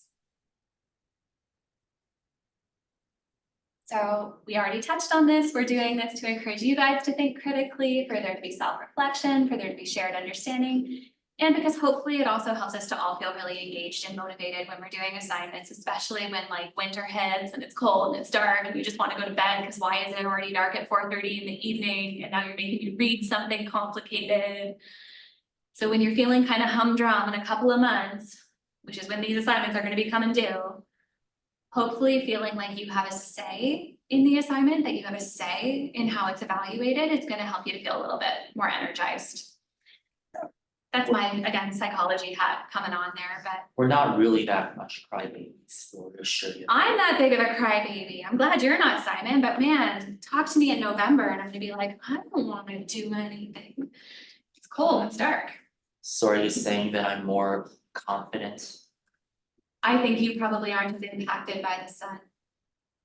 Huh, I guess I'm a vampire then. You have long life. All right. And I am just a flower child that's really upset when winter comes. Really? All right, guys, let's do some rubric developing. So I am gonna hop out of presentation mode so that I can get into the Padlet with you guys. I have this as a QR code in the Menti for my online crew, but I will also drop the link into the chat for sake of ease. Go. And these are the general categories that I'm usually looking at for assignments like this. So I've just populated them here to get us started. Feel free to add comments that break these down, add to them, or say you don't like them. It's all good. But the idea is really to say, if these are the general categories, what do we mean? So professional presentation for the theoretical perspectives. Keep in mind, the first two are in writing, and the last one could be in any kind of delivery. So professional presentation in writing, the medium does change how we talk about things. Professional presentation in writing is usually pretty standard stuff, right? We're talking about, did you use an overall professional academic tone? Did you include in-text citations? Have you included a proper APA references list and title page? Is it well organized and clear? That's usually what we're talking about. We can leave this pretty broad. That's what we're really going to be talking about probably, and I want you guys to start adding into this Padlet.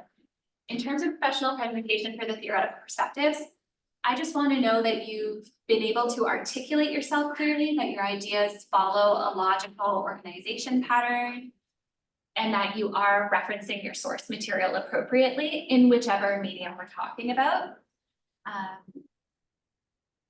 That's the kind of thing that I'm usually talking about there. So just as an example, so what I'm going to ask you guys to do in this activity is looking at these. I just want you to say if you agree or disagree with the general category, and then use the little plus so that you can comment on what you think that category should include. So when you are grading yourself, what are you going to be paying attention to? Everything. Okay. Be a little more specific than that. So for instance, in professional presentation, if I was adding something, I'd go to this little plus sign here.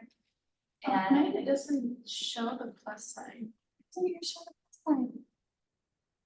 Yeah, I don't. What happened? I'm gonna look at yours. Sorry, guys. Like, Yours literally does nothing. no, Awesome. I can add it like from here, for example, if it's like a new thing, You should be able to comment on it. This is strange. or unless it's this way.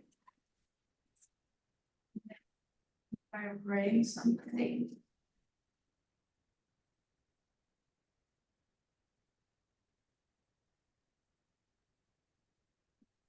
Oh, like that. Look at you, you genius. Okay, tell me how you did that again so I can tell the Zoom crew.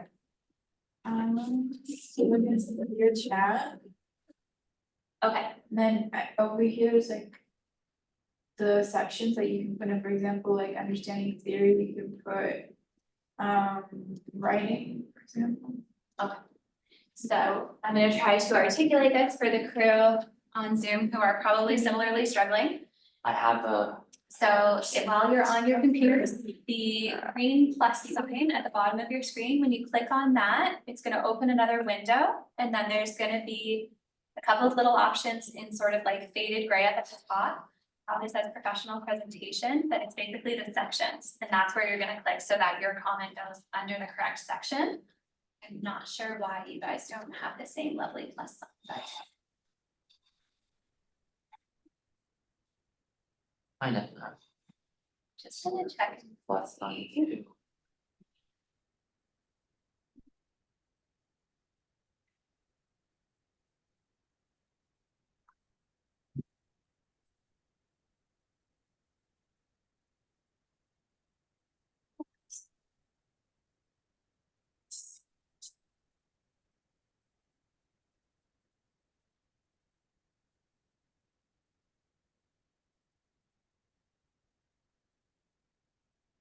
Okay, I figured.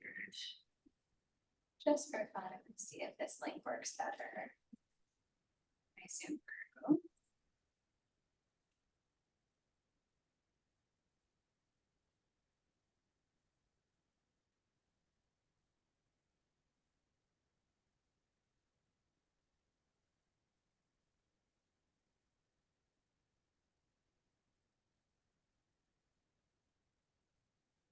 For people who are here in the room with me as well, if technology is being uncooperative, and same thing goes for my Zoom friends, if you wanna put in the chat or shout out to me, I can also add things, because I have the lovely plus sign next to the sections to make life easy. So professional presentations so far includes things like body language and eye contact, engaging content, well-organized visual materials. So It's still brainstorming ideas. and I want to make sure that I'm not confusing people with my use of presentation here, because when we're talking about professional presentation, I don't just mean when we're doing presentations, I mean like even when we're in writing, how we present our ideas. Right? So academic writing, in-text citations and references are definitely going to come up in this one. That one's not negotiable. We have to reference our source material. So I'm going to put that one in here myself.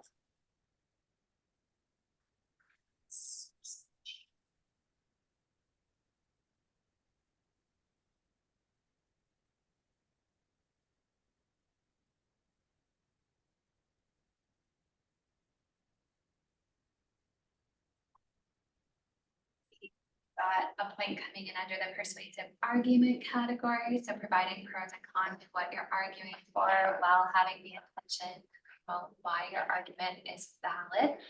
Yeah, so you're arguing with a clear opinion.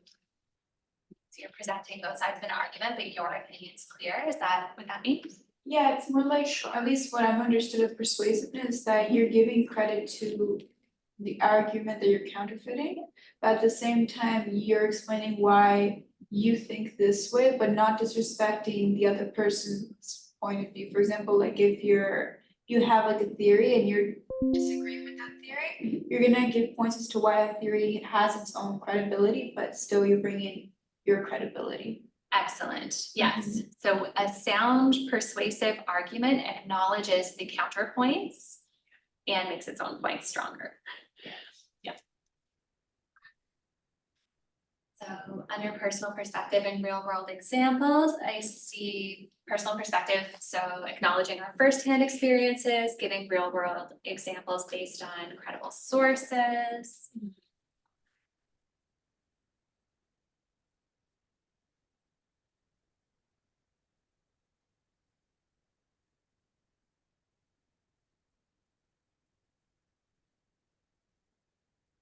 When you guys look at rubrics, do you normally see, because every program area does this differently, and I know you guys are all coming from different programs, but do you normally see like a nice grid that's like, if you got top marks, it means this, if you got, say out of 10, you'd be like 9 or 10 means this was excellent, here's what that looks like.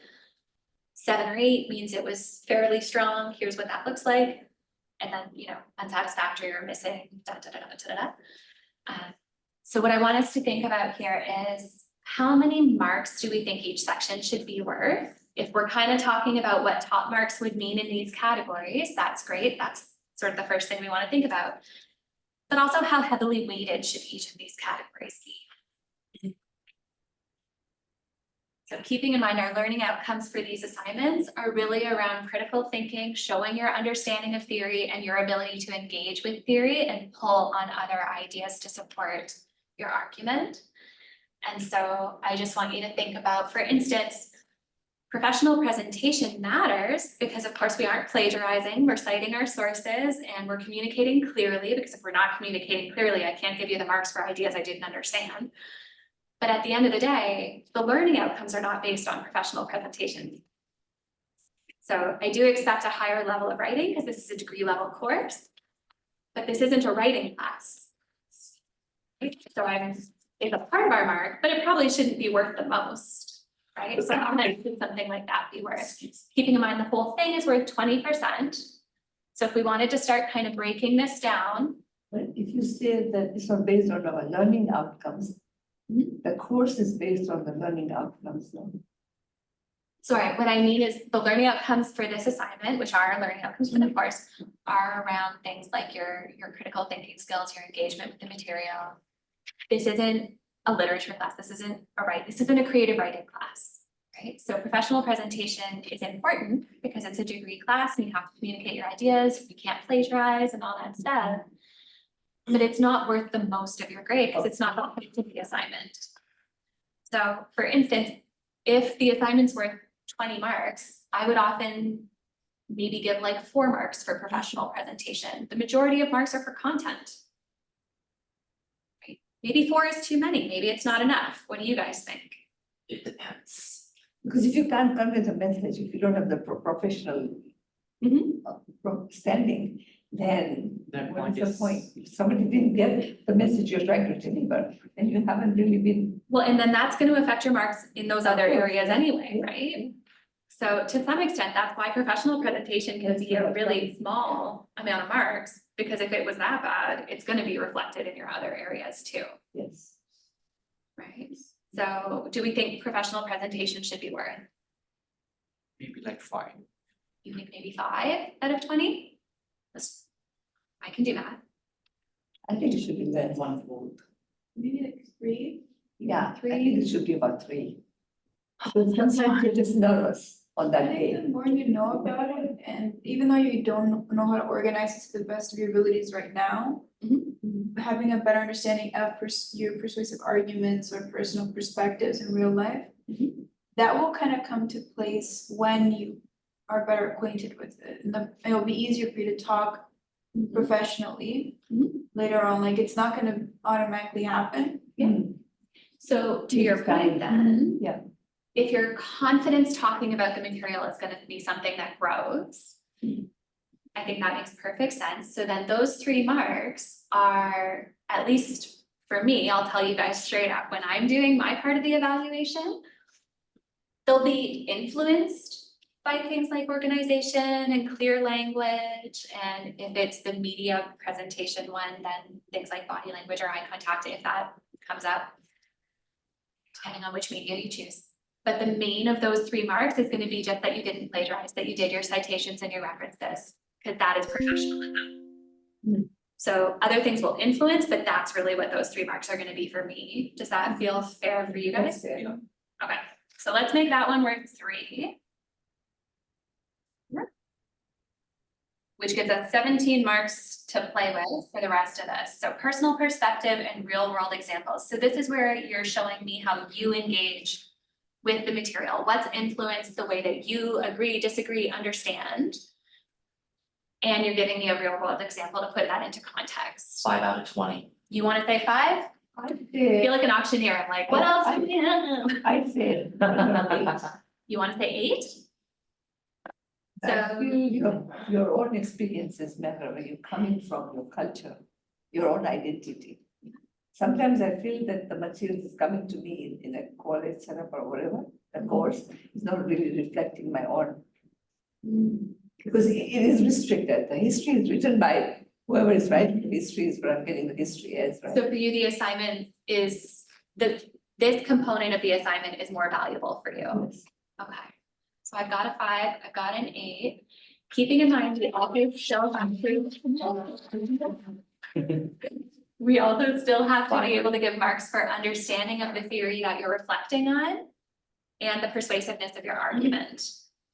So if we have 17 marks to go, if that was 8, that would only leave Maybe 6. Maybe do you want to say less, yeah. 6, just to Yeah. leave some room for Yeah. those other areas, okay. So. Yeah. Let's put it at 6 for now, and we'll see where we land. Yeah. Close enough. And then understanding of theory, so now we're at, you've used 9, so we have 11 marks to go around that we're gonna split between understanding of theory and persuasiveness of argument. Thoughts? Persuasive with that. Maybe the understanding of theory can be 4. And persuasive would probably be the most. Yeah, I would say I agree with that. Because it doesn't matter what the theory is, but if you cannot put it out. Because even if like you can't, I guess, convey it the best way possible, it's still, anyone reads it. And it's a very good argument, then you still have points there. And the persuasive argument is also where you're gonna pull on your additional source, which I apologize, I hadn't included that item there, so I'm with you. It's like the meat of the hamburger. Yeah. So the understanding of theory is your foundation, like the bottom of the bun, and this is the meat. I am a vegan, this is a weird metaphor for me, and it's hilarious. Like, Ingredients. yeah, beef. Ingredients. It's cool. Hamburgers make sense to everybody here. Okay, so we're Sandwiches. gonna go for, let's see, so if that's, we're at 9 out of 20, leaves us 11, so we're saying like 4 and So 4, 5 and 6, or 5, blah, words. What am I doing? so if it's 11 left. Bean protein. This was. if it's 6, the other one. So we're thinking 3 here and that leaves. That's a lot here, I think. Maybe I understand if there could be 4 points. 12. It's 20, right? Let's see, so 6, 10, that becomes 13, then this becomes 7.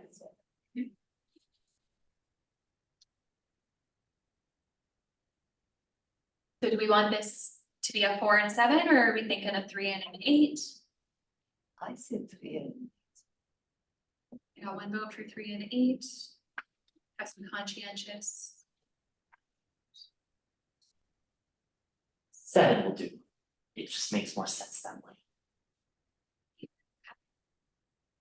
So we're not gonna finalize these until next week anyway, because I will write them up, make them pretty, and then I'll present them back to you guys next week. So we'll have another opportunity to make any tweaks or adjustments once we've had a chance to kind of think and digest, and our asynchronous crew has had a chance to take a look as well. You have persuasive argument and use of at least one additional academic source. Yeah. But then up there you have the personal, what is it, personal perspective and real world example. Yeah. So the real world Doesn't example that isn't kind of- the academic source. So for instance, in the example I gave earlier, where I pretended that a current example could be in the 60s because Yeah. I'm on the spot, but and on the spot, I just can't think of an example in the last year, but my foundational theory, Marshall McLuhan, medium's the message, here's what that means, understanding of the theory, yada, yada. Real world example, JFK Nixon debate. This is why I personally agree this was a really foundational experience to me growing up in the 60s. Really shaped my understanding of the medium as the message. And another theorist who would support the argument that this is in fact a very valid statement is And that's the persuasive argument, that's what. that's where I'm gonna be getting into the persuasive argument and pulling on an additional academic source. See, don't you feel like you understand the assignment better because we're going through this, right? You got it, Hopefully, hang it. maybe. All right, so I just want to check in because my Zoom people, I'm not really hearing from you guys, which means, I'm following the conversation, but I was thinking like understanding of theory more like a 5 and the persuasive argument like a 6, because I think it's based on your understanding of whichever the topic of the assignment that you're giving us. so my grading burger can be a bean burger. Simply, Bingo. Now we're cooking. now we're cooking. I'm just trying to be inclusive here. I appreciate it. All right, guys, is Zoom working? Then again, I can understand that part. One of my, Your mics aren't working. Okay, so my mic is working better and yours stopped working. I am going to cry a little and then go talk to IT. Cool. All right, we're almost through this class. I promise that I am marching my booty straight down to the computer desk afterward. Technology will work next class. We are gonna do one more rubric. If you have more thoughts about this one, please continue to log into it. So for the final presentation, I see someone's been able to put in some thoughts about how much each should be needed, although that can't be right. I definitely believe that the final presentation is definitely higher marks for sure. So the final presentation is worth 20% of the mark. Again, professional presentation, I'm gonna respectfully disagree with the idea that that should be worth such a huge amount of the mark. It's an interesting idea because the medium is the message of the course. And of course, when you're presenting, anyway, not the point of this though. So it is a biography that you're presenting of one of the key thinkers from the class. Professional presentation is going to be things like body language, clear language, engagement with the audience. And then of course, did you also provide appropriate references for your source material? The content is what's going to be reflected more in these other sections. So I'm going to go ahead and I'm actually going to just sort of take out this rating, if that's okay. Because I think that's just a bit of a misunderstanding. Or modify it at least. If I could, I would. It's a little hostile. There we go. Okay. So, well, and these are written in percentages, which is a little confusing. So I'll modify all of them. But if the final presentation, before I change this, yes, be mad at me all you like, is going to be worth 20% of our mark in the end. So we can think of it in 20 points. If we go over, that's okay. I can always weight it afterward. But the theorist biography, the analysis of their contributions and controversy and lasting impacts, so the analysis of that person's impact on our thinking and on sort of the body of work. That's another section. And then the handout content. So this is another area that ties to professional presentation, but is a little bit different. So handout content being clear, hitting the key points, that kind of thing, making sure that people basically, you're gifting people with notes. That's what handouts are. You're saying, here's all the key information so you don't have to struggle to keep up. I'm just going to give it to you like the generous angel that I am. That's what a handout is. So I want there to be marks that reflect that the handout was well designed and hit those key points for people, that you've given people a good source. But that I'm parsing that out from professional presentation a little bit, which would be about the clarity of the writing and the references. That's just how I have this as like my general buckets of what I'm looking at. Again, you guys can agree or disagree. I do say, Aisha, understanding of theory could be 5 and persuasive. Oh, so you're on the other. Thank you. I was missing your contributions before. So understanding of theory being 5 and the persuasive argument being 6. So you're wanting to actually weight this up a bit. So let me make a note. We could do 4 or 5, and we could do 6 or 7. So we'll give this some thought. Okay. And I might even be able to do some fancy math gymnastics and kind of like split the difference and make it like, if I double what every single thing is, then instead of having a 4.5, it would be like 9. I can probably do some gymnastics to basically split the difference wherever we have disagreements. So for the final presentations,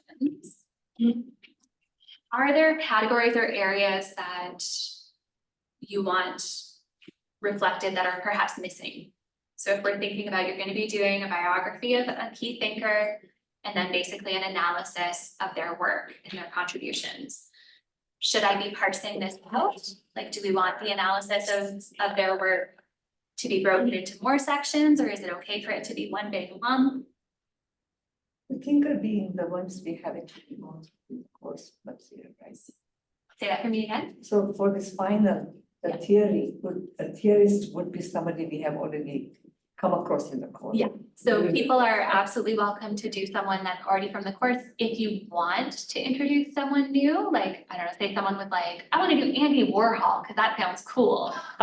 You totally could. You could make an argument that Andy Warhol made a huge contribution to communication because he absolutely was one of the first people to mass produce art. And he had a lot to say about culture and celebrity, and he actually has kind of a lot of theoretical contributions. You could make a case. I don't include him in the course because it's a little left of center, but you could. So if someone wanted to do something like that, you would just talk to me so that I could say for sure. But if you want to just choose someone that I've already given you in the readings, feel free. So that's like a yes and. So for the biography, what I'm thinking is I want you to be telling me a little bit about who this person is, the context that they lived in, and how it might have shaped the way that they see the world and why they came to the conclusions that they did. Who were their mentors? Right? So if I go into the world of psychology, which is my easiest reference point, if I was doing a presentation on Carl Jung, I'm obviously going to talk a little bit about Freud. Freud was Carl Jung's mentor, and everybody knows who Freud is. So understanding that Carl Jung became the psychoanalyst that he was because he was mentored by Freud in the ways that he agreed and disagreed, that's a part of his biography. So that's just an example, right? So saying this is the context that this person lived in, this is who their mentors were, these are the major global events that might have impacted the way that they were thinking, this is where they were educated, et cetera, et cetera. So I want you to put the person in context. Sorry. I know Freud went really, really deep in the understanding of psychology. Yeah, he was one of the granddaddies of psychology. He for sure. even brought up some of the most deepest ones, especially the most probably not appropriate to bring in class. Probably not. So But he is. I was just using them as an example of biography stuff though, so we don't need to talk I about know. Freud for this class. I know. I'm always happy to talk about Freud after class though. I have opinions. But in any case, so we're going to talk about the theorist biography to understand who that person is, to have a richer understanding of where their ideas came from. Then you're going to talk about those ideas. You're going to talk about the contributions they made to the field. You're going to talk about any controversy. So someone like a Noam Chomsky, that dude got a lot of hate. Still does. Chomsky, what did he say? He was very anti-government, very anti-mass media in a lot of his messages. Not totally anti, but he was very critical. And he was a huge proponent for freedom of speech, but to the point that it was pretty controversial because it could sound like he was also okay with hate speech. So he got a lot of bad press, bad recognition. He was controversial. He was very controversial, yeah. We'll talk more about Noam Chomsky in a couple of weeks, but he's a difficult figure. He can be a hard guy to like, because he's definitely said some very controversial things over the years, and my takeaway from Chomsky is that he doesn't actually, for instance, I think one of the famous times that he was in the news was that it sounded as though he was approving messages from like Holocaust deniers. Whoa. Yeah, it's not okay. But he wasn't. What he was actually saying was that they have a right to say it. So he's not okay with what is being said, but he believes in freedom of speech. He believes in a person's right to say it.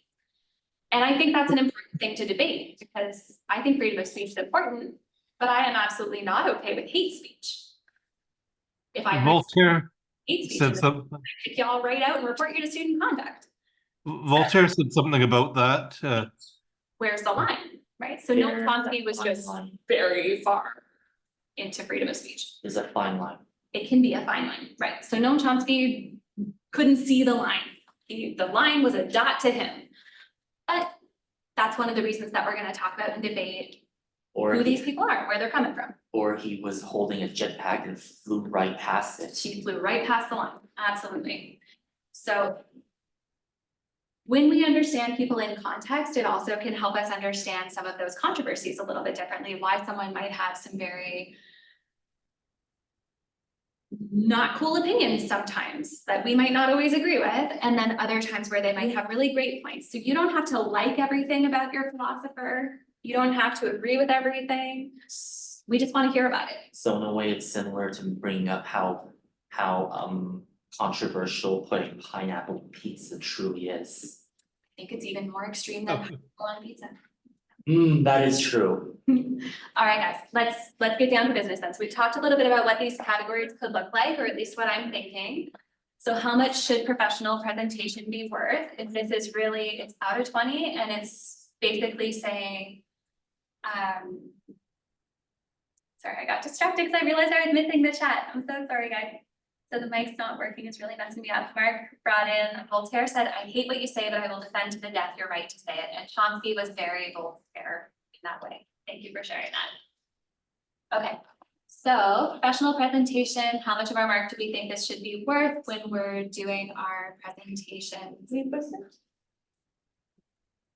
For the sake of my math hating brain, can we do it in just points out of 20? So I'm gonna delete this. We're not gonna do it in percentages. We're gonna just do it in points because my brain can't do percent. Pineapple on pizza. So how many marks out of 20 should professional presentation be? Last time we said 3. Reasonable? Sure. Pretty good.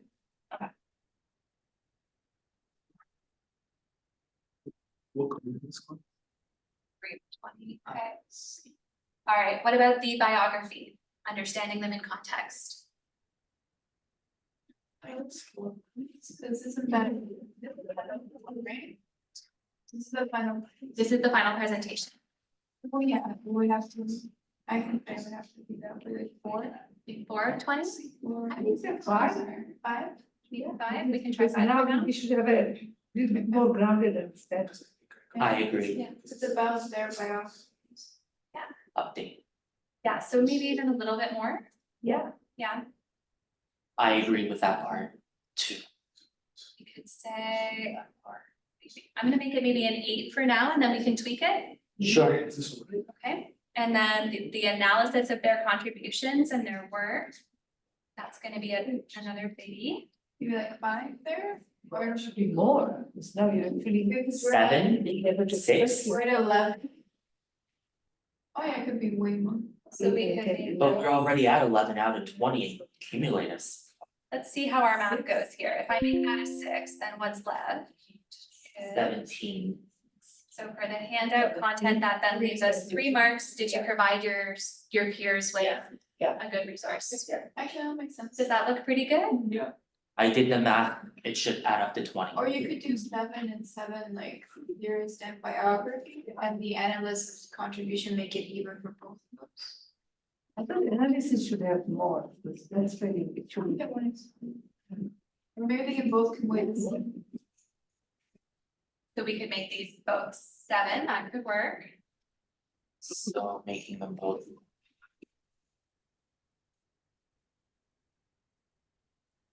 Seems like it.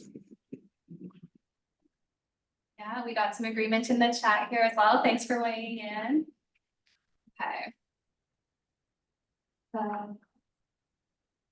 Then. Not at all within the right room. Happens to the best of us, doesn't it? I almost thought I was in the wrong room. I know. But hey, we're learning how to adjust for schedule this week, aren't we? So I am going to, if it's cool with you guys, just in the interest of time, because I want to get you all out of here and I don't want to be like the class before us that like gums up the works. Oh, no. We're wrapping up for the day. So if the conversation that we've had about kind of what we think this means, like theorists being understanding the person in context, analysis is already pretty broken down here. When I pretty this up, I'll just elaborate a little bit on those sections. I'll put the weights that we've all kind of suggested, and I'll present it back to you guys next week so we can get the final thumbs up. And then we all know how we're grading, and you guys know when you're doing your assignments that you're self-reflecting on if you're hitting these points. And how much time and energy you're putting into each And area. when we're actually doing it, should we actually put the slide just to refrain ourselves from? You know what I'm saying? No, say that for me again. So whoever I'm bringing as the place to talk about, then I would say, okay, whatever, the theory, biography, then analysis of contributions, then. So you're gonna be doing it as a presentation, so in terms of the professional presentation, it's going to. That's where you'll get sort of that, our mark is influenced on how logically it flows. So personally, I would probably do a little bit of like, this is who they are in context, so I understand where they're coming from, and then these are their big ideas. Remember, this is where they came from, here's their big ideas. So it's the bio part often just grounds us in understanding their thinking. And for you guys on Zoom, do we have any final questions or contributions before we wrap it up for the day?